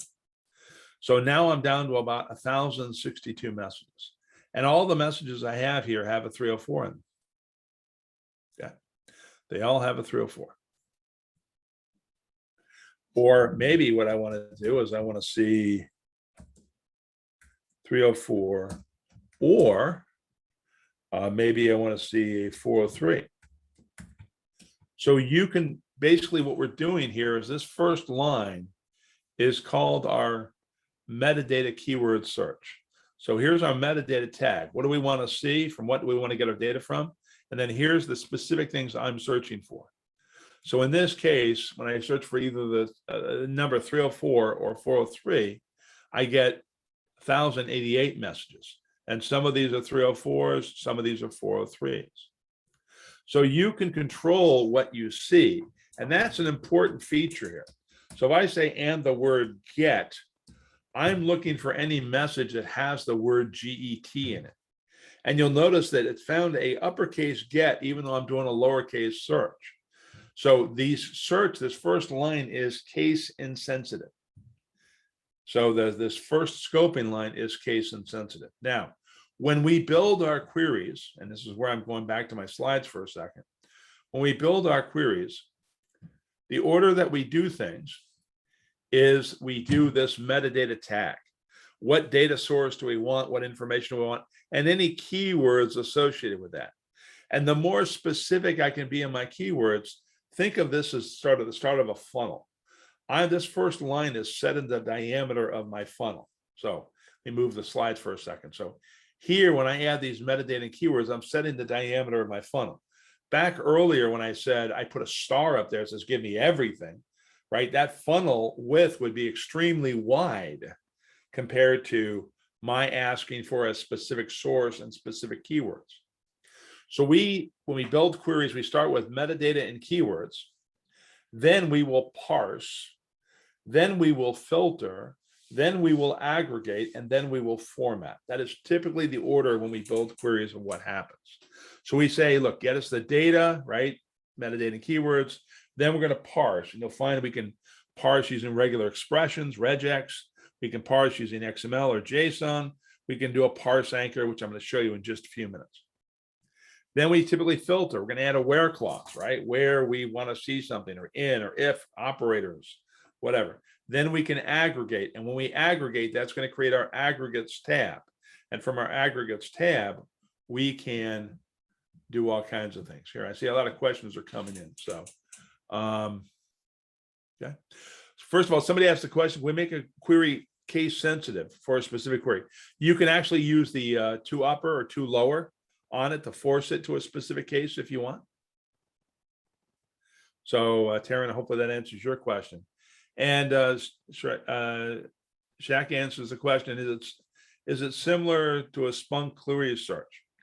Having not done a whole lot of stuff with Splunk, I don't know, but I'm sure somebody else can probably answer that question for you. I will keep answering the questions. You can continue with the thread. Okay. Great. Thank you. So as I said, after we get done with this, we aggregate and then we format. So this is the process that we go through. And again, you'll find that this slide right here makes a great test question. So I need some folks raise their hands. You don't have to raise your hand, just go ahead and ask your question. And that'll make it a little easier for us. And again, type your question in the chat box, or if you want to unmute your question and ask it, that's fine. That's great too. So whatever. Just want to make sure we're all caught up. And let me go ahead and stop my slides here for a second. And let me go back to our lab. So what I'm doing here, as I said, is I am basically saying, what am I filtering for? I want to see my Apache access logs and any message that has the word get in it. Again, there's a method called get. There's a method called post. If I see the word get, I'm going to filter out, only see those messages that have the word get. I will not see any post methods. Yeah. All right. Yep. Yeah, the query language we have is proprietary. It looks a little bit like SQL, structured query language, but it is a little different in some cases. Most of it's similar. Okay. Now, over here on the time, how often do I want to look back? So if I click over here on the time, I've got a pick list of whatever times I want. If I want to look back over the last 60 minutes, my log data, I can select 60 minutes. I want to go back and look at 3 hours, I can do that. Whatever time you probably want to look at is probably not listed here, okay? So the question is, how can I type it in? Let's say I want to go back 45 minutes. Well, if you look up here, you get a hint as far as what the code is to break this down. So if I want to go back, and typically that's what we do, that's a minus sign. If I want to go back 45 minutes, that's a 4, that's a 5. M for minutes, H for hours, D for days. So that takes me back 45 minutes. And that's basically how you do that. Again, you want to go back 2 days minus 2D. Take me back 2 days. Now, besides these relative values, if I put my cursor up here, I can also click on custom, and this gives me a date picker. So I can pick the dates and the times that I want, and you could type in the dates and times that you want to up here. If you don't type in the year, it assumes current year. But you can type in a specific date range if you want, and time range if you want. You can type in, like I said, a relative time frame. And then into recents, this keeps track of all the various recent times that I've chosen to make it easy for me. Okay. Now, these times that I pick are based on message time. Message time is a timestamp that's in your logs. So in your logs, there is a timestamp that we're basically keying on right here. If I choose message time, which is the default, I'm looking at the timestamp of the message. If I click on message time, I see that I can either look at message time or receipt time. So if I choose message time, I'm looking at all of my logs for the last 15 minutes based on the timestamp of the logs. If I choose receipt time, this is the time that we at Sumo received the message. So now I'm looking at when we at Sumo over the last 15 minutes, all the messages that we've received, regardless of the timestamp of the log. And if I look at, here's my receipt time, here's the timestamp of my log.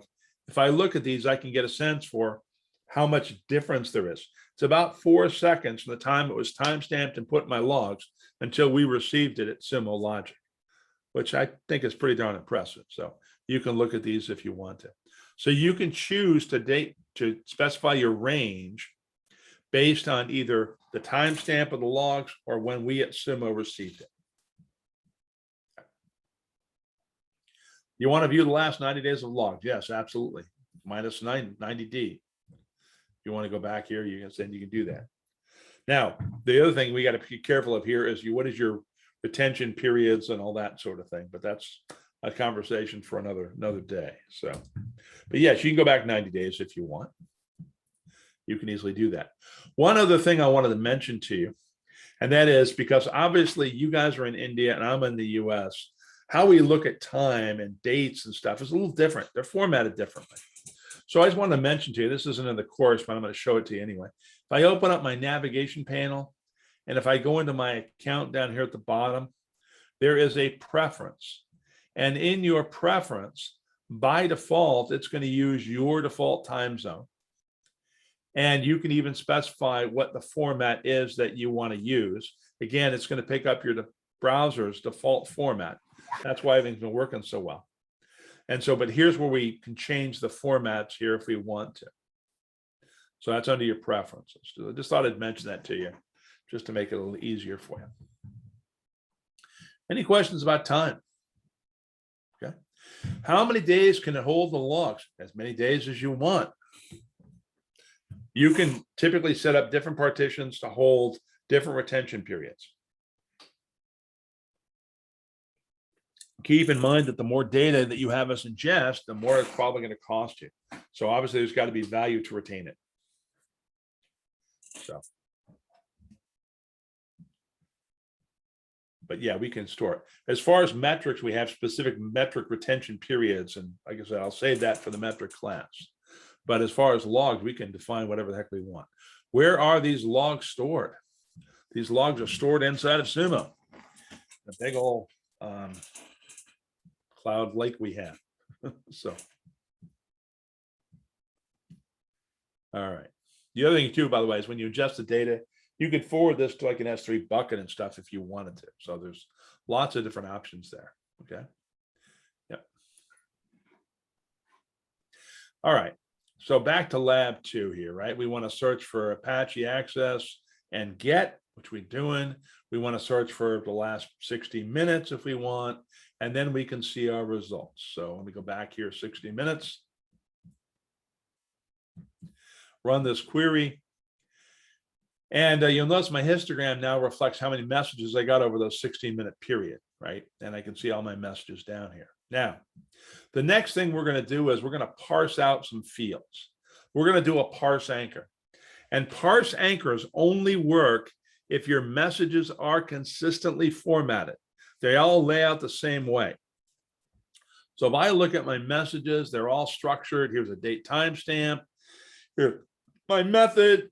Here's my status code, my file size, various URLs, all that good stuff. In order for this to work, the messages have to be consistently formatted from one to the other, to the other, to the other. Again, test question. Want to make sure you get it right. Now, what we're going to do is we're going to do a parse anchor. We're going to go out here and we're going to do a parse anchor. And when I do this parse anchor, I can do this from any message that I want. I could use the first one, I could use the third one. It really doesn't make any difference as far as which one I use, okay? By the way, I'm going to take this get. I believe they've got uppercase here. It doesn't really make any difference. Okay. So I can make it uppercase, I can make it lowercase, doesn't make any difference. Just wanted to drive that one home. And what we're going to do is we're going to take one of these messages. We're going to grab fields from it. Now, the term parse anchor implies that we're going to anchor at the start of something and we're going to anchor at the end of something. So what I'm going to do is I'm going to anchor right here on this bracket. So if I grab the first message, the fourth message, doesn't make a difference where my date timestamp is. I'm going to start over this bracket. And then I'm going to continue to swipe over the word get. I'm going to swipe over the single slash by itself. I'm going to continue to swipe over HTTP 1/1. I'm going to swipe over these two sets of numbers. Then I'm going to swipe over this URL. It's in double quotes. And that's as far as I'm going to go. So again, I started at this bracket.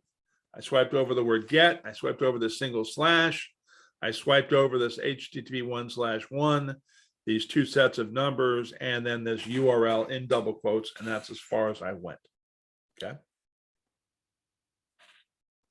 Now, with that all highlighted, I'm going to right click on that, and I'm going to choose the option to parse selected text. I'm going to choose the option to parse selected text. A panel is going to show up showing me the things I have selected. Now, I'm going to select specific fields from this. So the word get, I'm going to swipe over. I'm not going to grab any trailing spaces or any leading spaces, just the word get. And I'm going to click to extract this value. And in my case, I'm going to call that value my method. By the way, these fields down here are separated by comma. So I typed in method, comma. Now, this next thing, this slash right here by itself, I'm going to swipe over that slash by itself. I'm going to click to extract that value. And I'm going to call that my URL, my uniform resource locator, comma. I'm going to leave the HTTP 1/1 stuff alone. I'm not going to parse that out or extract that. I'm going to grab this 200 right here. Swipe over the 200, again, avoiding any trailing spaces, leading spaces. And that 200 is called my status code. Now, one thing, you cannot put in spaces between your words. So I put an underscore, or I could just, camel case it or whatever you want, okay? But you cannot have a space in there. And then I'm going to grab this next number, which is my file size or size in bytes. So I'm going to call this size. Then I'm going to grab this URL inside the double quotes, not including the double quotes. So I'm going to swipe over that. I'm going to extract that. And that is my referrer, who referred me to this thing in my logs. Now, when I click submit, it's now going to add this line of code for me. And when I run this, now it's going to parse out in my messages. So as I look over here to the right, here's my original message. It has parsed out my method, my referrer, my size, my status code, my URL. Now notice in some cases, my URL is just a slash. If I scroll down farther, it actually has some information in here. And so I can see that. Now, two things to note. Number one, the names here, the fields that I use, the order that I use them here are the order that they are in my logs. The order they show up down here, they're alphabetized. So ME becomes before RE, which comes before SI, which comes before ST, et cetera, et cetera. If I want to change the order that is displayed down here, you'll find that in this afternoon's class, I can use the fields command for that. Now, if you're having a hard time doing that parse anchor exercise where I did this, what you can do is in lab 2, about 2/3 of the way down, you'll see this code. You can take this code and you can copy it and you can paste it in as your code and it will work. It'll work no problems. Okay. And if you wanted to, you could save this query if you wanted to and give it a name. So I could save this off, call it Apache status codes. And if you do save something, I do ask that you put your initials in there. And in my case, I'm going to put in today's date because I do this all the time.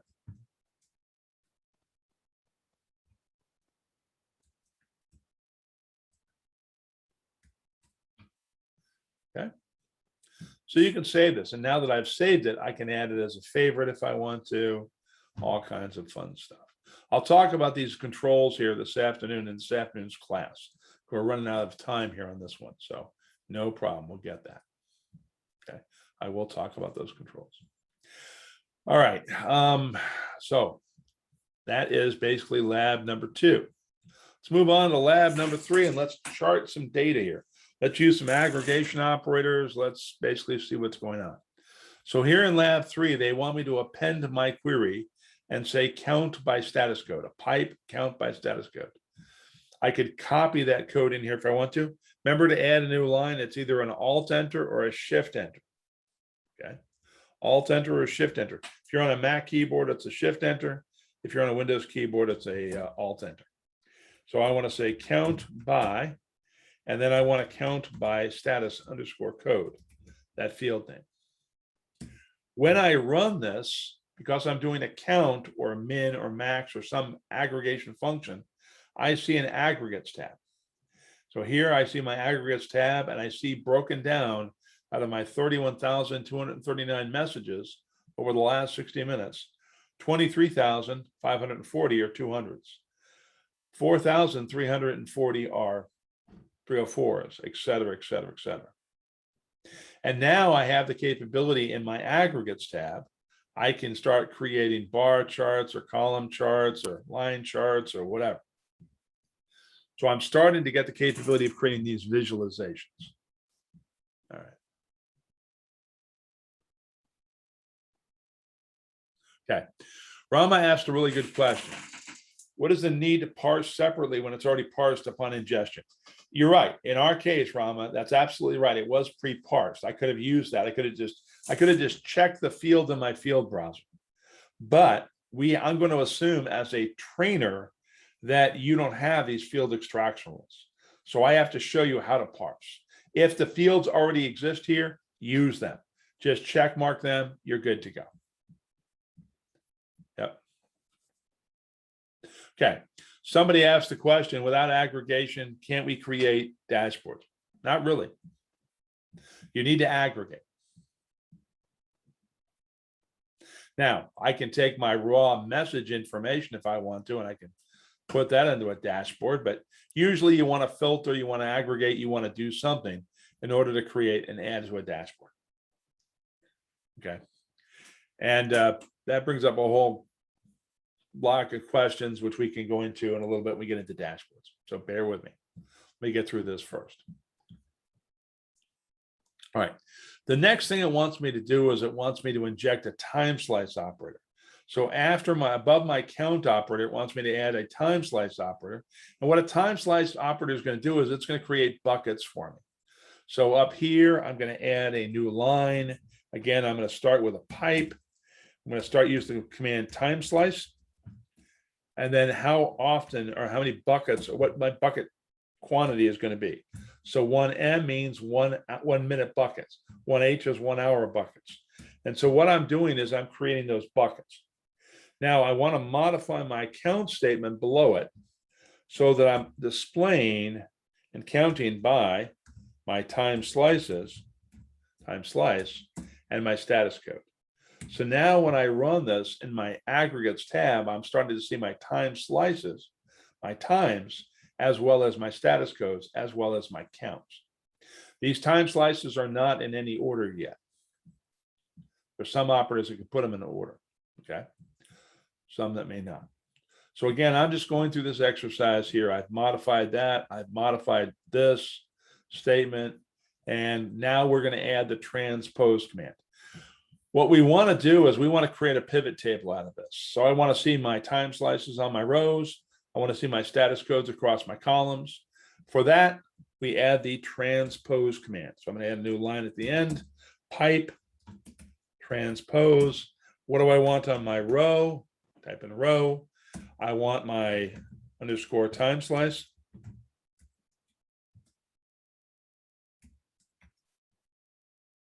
What do I want on my column? I want my status code.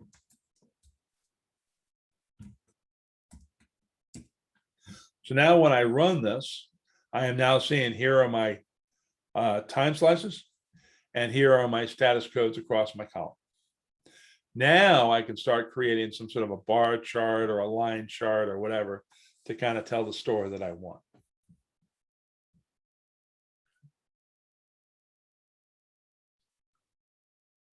Okay.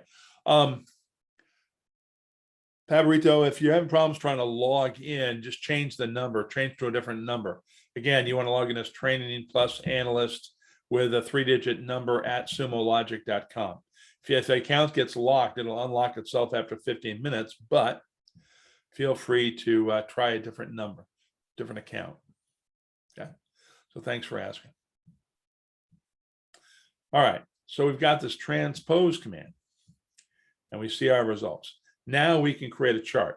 They in the book, they create a bar chart. Me personally, I like a line chart. Now there's one problem with this chart that we have, and that is I'm looking at 200s. 200 means everything worked great. I don't really want to see 200s. I can go into my legend and I can turn that off, but then my user will be able to turn it back on. So really what I want to do is filter out my 200s. In fact, not only do I want to filter out my 200s, but my next highest value are 304s. Those of you familiar with web pages, a status code of 304 means I received it from cache. So I don't want to see those either. But I don't want to be able to have my users actually turn them on here in my legend. So what I want to do is I want to add a where clause. Now, we recommend as a best practice that you want to filter right after you get that field. So up here where my parse statement is, that's where I got status code. And so right after that is where we are going to add a where statement, a where clause. We want to filter this out. And I'm going to throw in some parentheses here. Just bear with me a second. And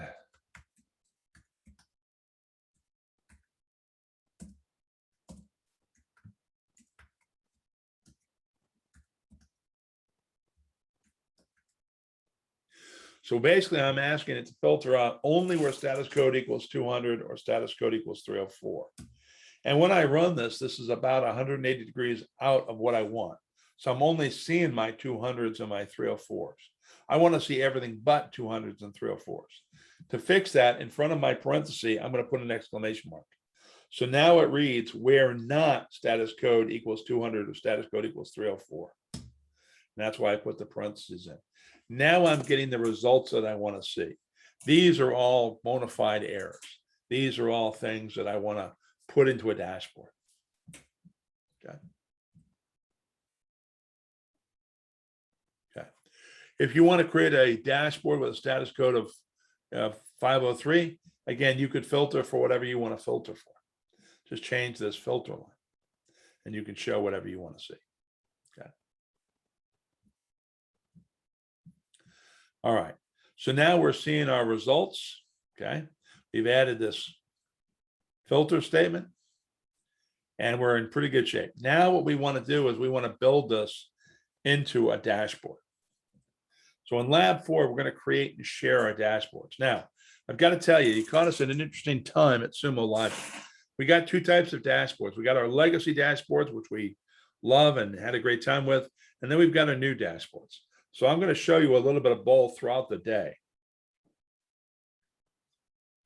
But right now for this class, for this morning, I'm only going to show you the legacy dashboards. I will show you the new dashboards this afternoon. Okay, no problems. All right. So what I want to do here is to add this to a dashboard. There's a little button out here. It says add to dashboard. And if I click on it, it asks, what do I want to call this panel? And it basically took the name that I gave my query, and that's what it's going to use for my panel title. And then it asked me for which dashboard that I want. And I am going to create a new dashboard. We call it Apache status codes with my initials. And then I'm going to put today's date in here.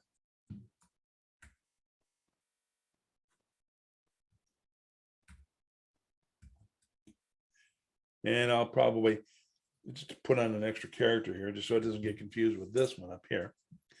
And it says, do you want to create a new dashboard? And yes, I do. Okay.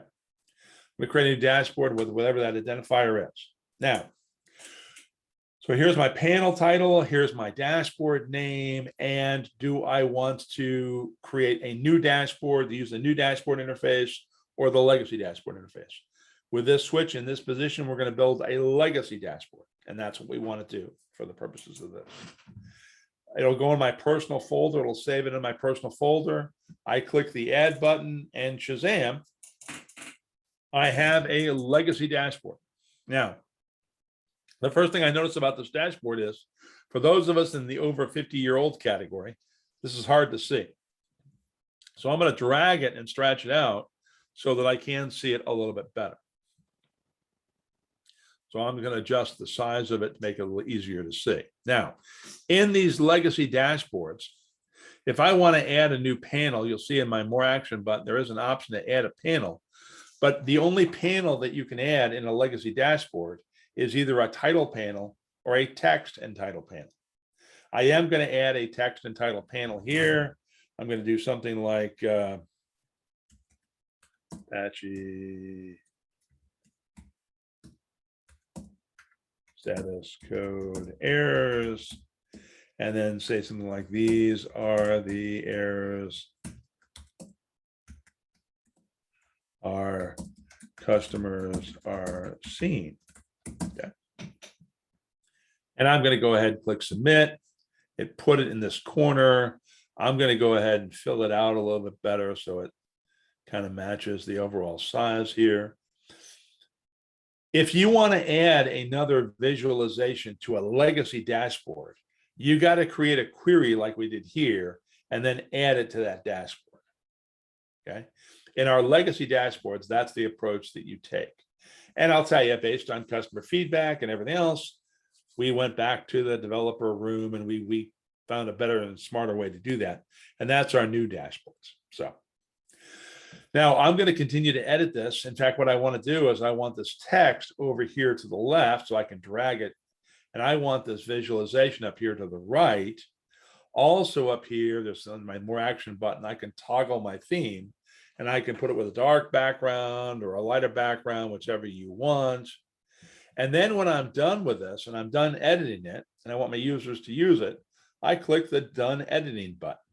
Now, the done editing button, this is now fully functional. I can filter certain things here, my controls, my users can turn these things on or off. They can interact with this dashboard, they can see it. What will happen is, remember, I've got everything set for 60 minutes. So 60 minutes, every 60 minutes, this dashboard will refresh. Okay. The problem is people want it to refresh as new data comes in. To do that, we have this live mode switch. And this is why we still have these legacy dashboards. In our new dashboards, we haven't incorporated live mode just yet. So we're working on it, but we haven't incorporated live mode. Now with live mode, as new data comes in, I'll see that over here on the right, and the old data will get pushed out on the left. So this is still going to show me a running 60 minutes, but as new data comes in, it automatically updates. That's what live mode is. Now, if you want to go back in here and edit this, you want to take it out of live mode, and to edit it, test question, you want to make sure you click on the pencil. And then you can edit it and change it and all that sort of thing. Okay. And that's how we deal with legacy dashboards. Okay. Yep. All right. By the way, if you want to, I'm going to take my code And I'll put it in the chat box in case any of you are having problems here. That hopefully makes it a little easier for you. There you go, in case you want to copy that code. All right. So that's lab 4. We created a dashboard. We added some text panels. This is a legacy dashboard. And the reason I'm focused on legacy right now, there's some test questions that only deal with legacy dashboards that are in the exam. I want you to be able to answer those without being distracted about new dashboards. This afternoon, I'll show you about new dashboards. And I think you'll agree those are really, really neat. So here in lab 5, moving on, we're going to modify a dashboard. We're going to modify an existing dashboard. So in lab number 5, we are not going to use this dashboard. We are going to go back to our navigation panel. We're going to go find in our personal folder up here, we're going to find that Apache folder that we installed, that Apache app. And we're going to click on that Apache app. And what they want us to do, by the way, this is done in the new dashboard tool. So this is done in the new dashboard tool. And as you can see, I can add a query to this in the new dashboard tool. Okay. I can add a query right from here. I can also edit these queries right from here. Okay. So in our new dashboard tool, I want to take this visitor location that's showing me my worldwide where people are logging in from, and I want to filter it for just the United States. So I'm going to click on these little ellipses here. So again, I went out and I found this dashboard. So again, you went into your navigation panel, you found your application that you installed earlier, you clicked on the Apache overview, dashboard, and then here in this dashboard, you're going to click on these ellipses and you're going to say, I want to edit this. And you can actually edit these right in place in the new dashboard. So you can do that. Now, I'm going to go into how this map was created this afternoon. So I'm going to, and basically what makes it work is this lookup line right here. Okay. But I'm going to go into that and talk about that this afternoon. So don't worry about that right now. What I simply want to do here is I want to add a new line after that lookup line, type in a pipe, and I want to filter. And I want to filter where I can either say country code equals US or country name equals United States. Either one works. So I'm going to take country name equals, and then the United States needs to be inside of double quotes. And this is where case does match. It's going to match a literal string to look for the word United States. So I've got to spell that correctly. And if I spell it correctly, and if I go ahead and rerun this query by hitting the enter key, I should now see I only have data for the United States.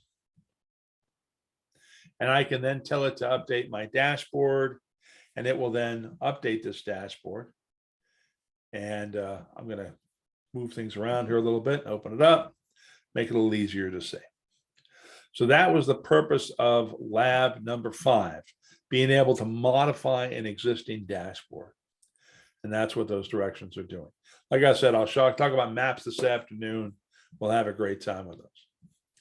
Now, lab number 6, quite frankly, does not do the conversation about creating alert justice. There's lots of ways in Sumo Logic that we can create alerts. Okay? Lots of different ways here. Okay, no problem. So we're going to talk about all those ways more this afternoon at the end of today. Okay, I'm going to talk about alerts. What you need to know for right now is if you want to create an alert, and we're going to create an alert off of this visitor location panel that I just filtered. So here, what I can do is I can open it up. I click on the more action button. And of course, I could edit it in place, but I can also open it up in a log search. And I do need it in a log search. Because in a log search down here where the save as option is, you click on the save as option, test question. You can then schedule this search to how often do you want it to run. So I want this to run hourly, since my query is running every hour. And then how do I want to send this? Do I want to send this via email? Do I want to invoke a script action? Maybe I'm running a query here that's going to check and see if my ports are under attack. Maybe I can run a script action to close those ports down.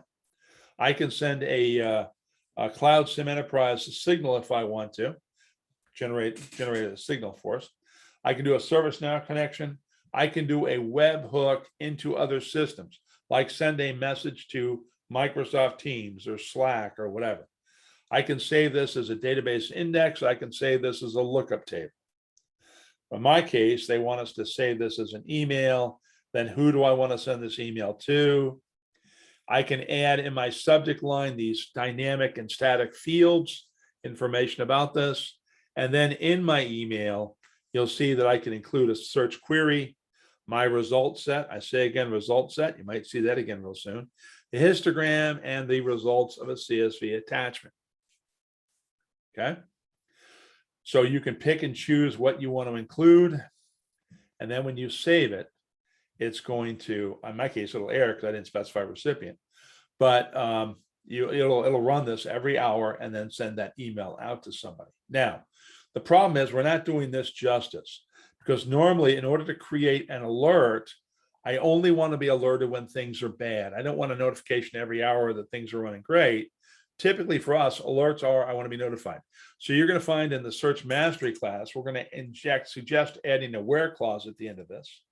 And then also this afternoon, I'm also going to show you how you can take advantage of one of our new features under managed data, under alerts, and how you can create alerts here.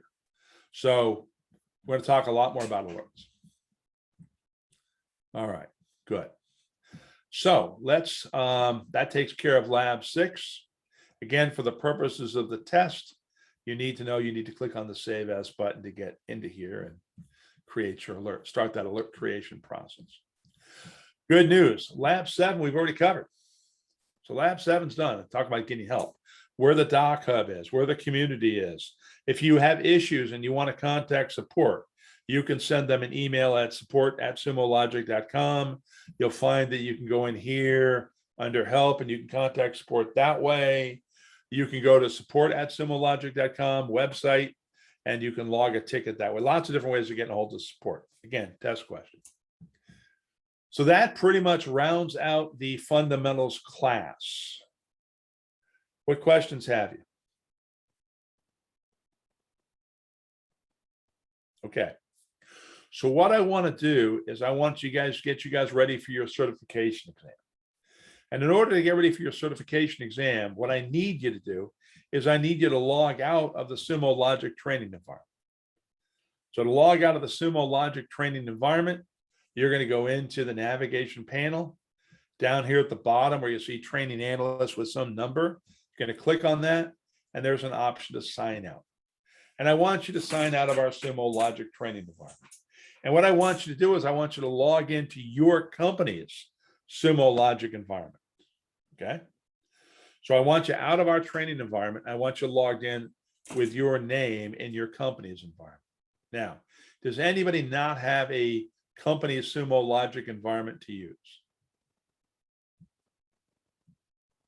Okay.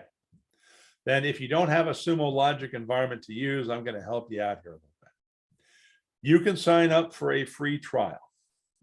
So you can go to this URL, which I'm going to put in the chat box, and you can put in your business email address and pick a deployment region, and it will give you an environment for a free trial. So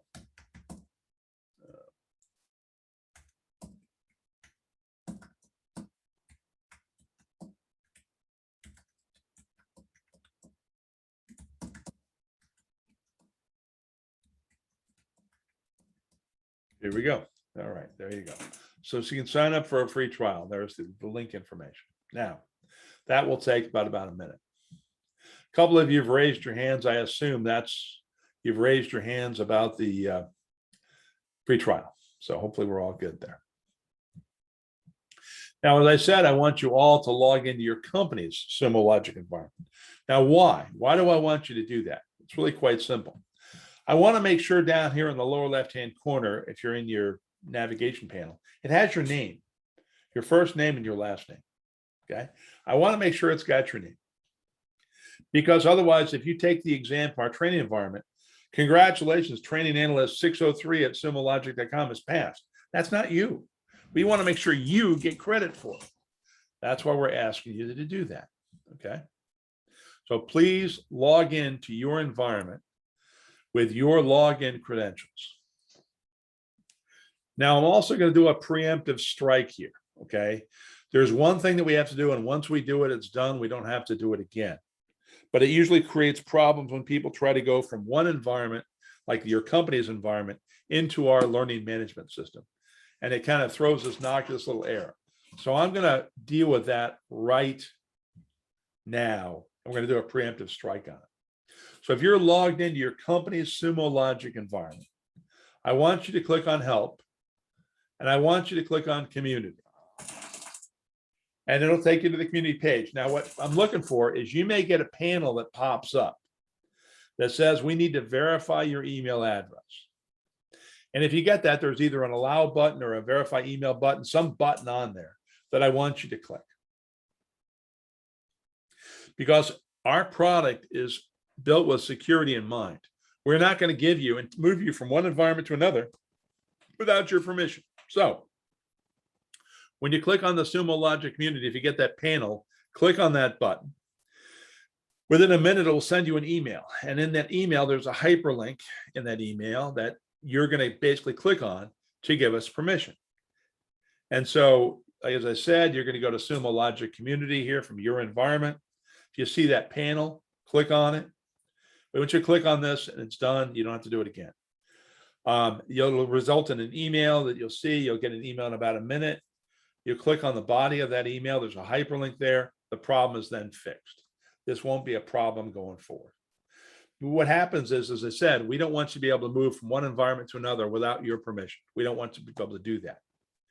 And so if you did that, and if you clicked on the hyperlink, now in Sumo Logic, in your Sumo Logic environment, if you click on the Home tab, and then there's a certification link, and then here's a Get Certified button. Now, if you did that, what I just asked you to do, when you click on Get Certified, it should now take you into our learning management system. If it doesn't take you in here, you got to go back and do that, okay? But once you do it, it's done. So if it takes you into our LMS system here, this is where the tests are. So hopefully everybody's able to get into our LMS system, okay? Okay, so somebody asked me to repeat the directions about the community, and I'll do that. So if you're not getting into this LMS system, then what we want you to do is in Sumo Logic, in your company's Sumo Logic environment, we want you to open up the navigation panel, click on Help, click on Community. And when you do that, you'll see a panel pop up about we need your permissions or something. There's a button on there. It says allow or approve or verify email or whatever. Click on that button. That will immediately generate an email that will be sent to you. You'll find that email. There's a hyperlink in that body of that email. You click on it. You've now given us permission to move you from one environment to another.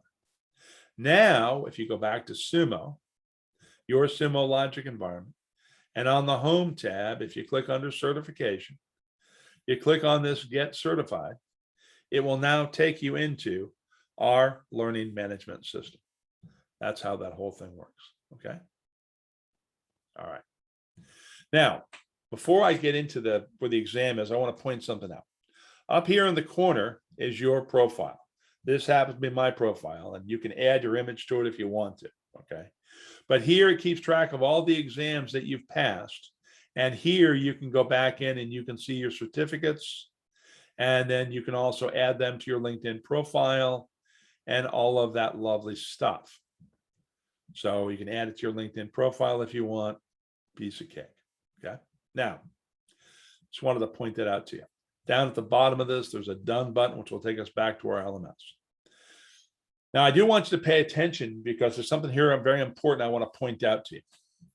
So here is the fundamentals tile. That's where the exam for the fundamentals is. This afternoon, our Search Mastery exam will be under Search Mastery. But for right now, we want to click on Fundamentals. Under Fundamentals, there's a self-paced course. You don't need to take it.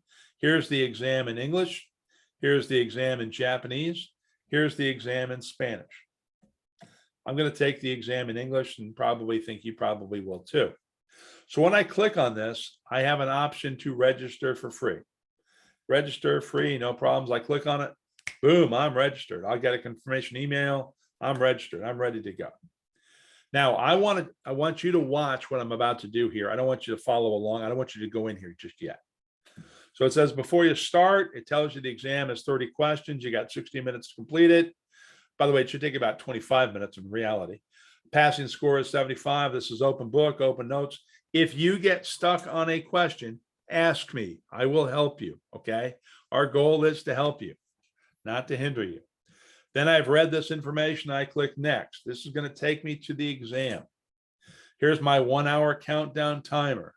If I start scrolling down and I start the exam, right, it says where in the nav left would you look to find a previous saved search or dashboard, right?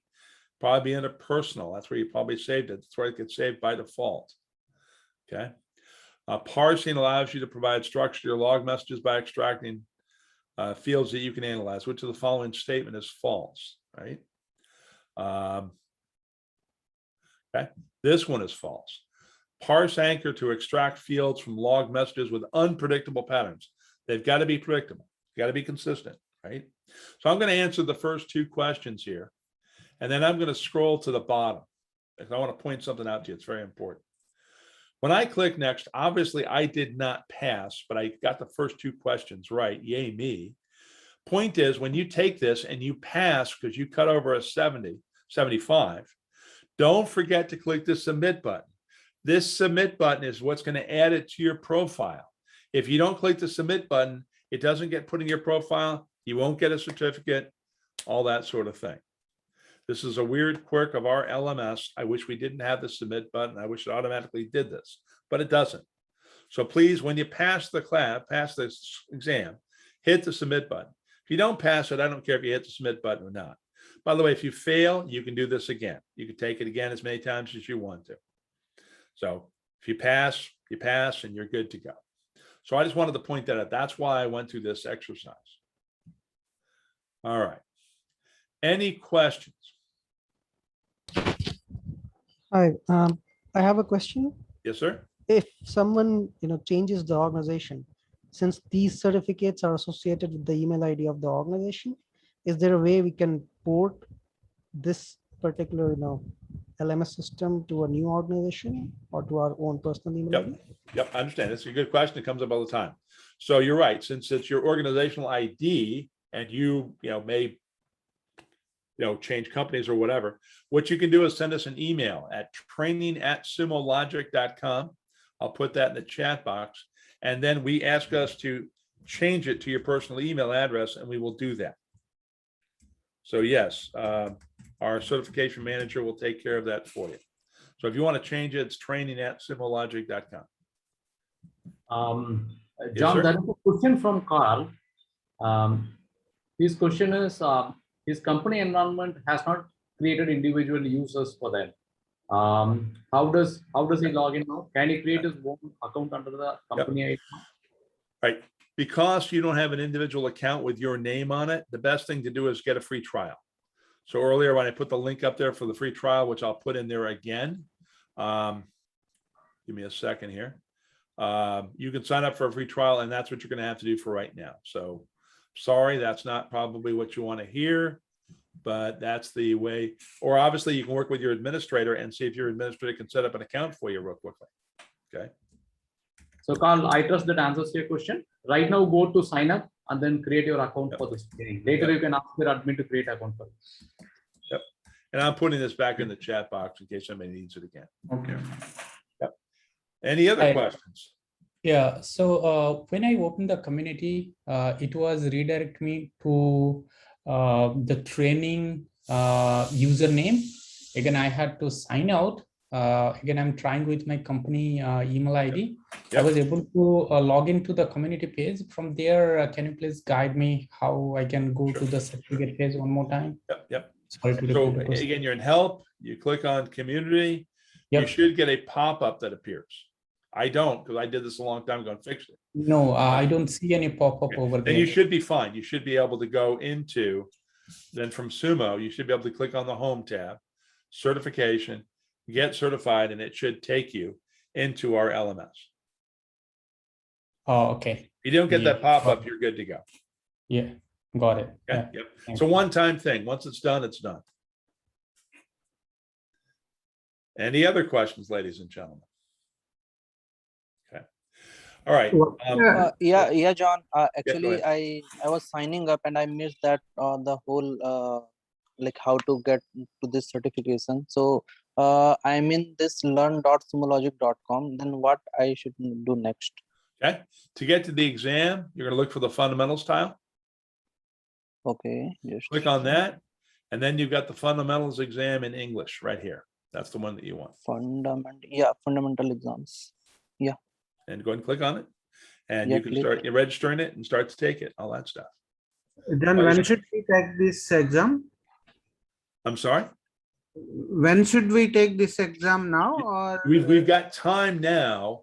The next thing we'll be doing is we'll be starting up around 4:50. Excuse me.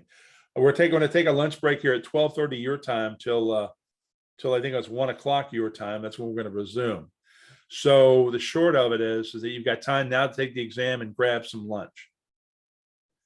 And so I recommend you take the exam now while the material's fresh in your mind. And I'm here to proctor it. In case you get stuck in a question, I'm here to answer that question. So what I'd like to do, and this exam, by the way, should take you probably no more than about 25 minutes. It doesn't take the full hour. And then, like I said, then you're going to grab some lunch and we are going to resume, I think at 1 p.m. Or I think let me check the slide here. Is it 1 or 1:15 we're supposed to resume, guys? John, I have a question actually. Yes, sir. So I log into my company account. So is it possible I can create another user? Okay. If you have administrative rights, you can, but if you don't have, yeah, it is an rights, administrator role. Yeah, it is an administrator. Yep, that's administrator has to do that. Yep. So because I am very new to Sumo Logic, I am not sure where is the option to create an user. Yeah, so Carl, you can actually go to the admin tab. Under that, there is users and roles. You can create a user for yourself. So admin tabs will be under that organization name, right? There is notification preference. Yeah, you can see on the left hand side. You can see there is a admin option there. Right. Yeah, administration. Yes, administration. Yeah. Yeah. If you have the administration tab, yeah. Yeah, you can see there is account, there is user roles. Yeah. Go to users and roles, and you can create your account there. You can add a user there. Yeah, click add user, and you can create a user for yourself. Yep. Okay. And post that you ensure that you log in with that user account, and then go to the learn tab. Okay, fine. Yep. Any other questions, ladies and gentlemen? Okay, I'm going to turn off the recording. I'll do another recording for this afternoon session. So let me stop our recording.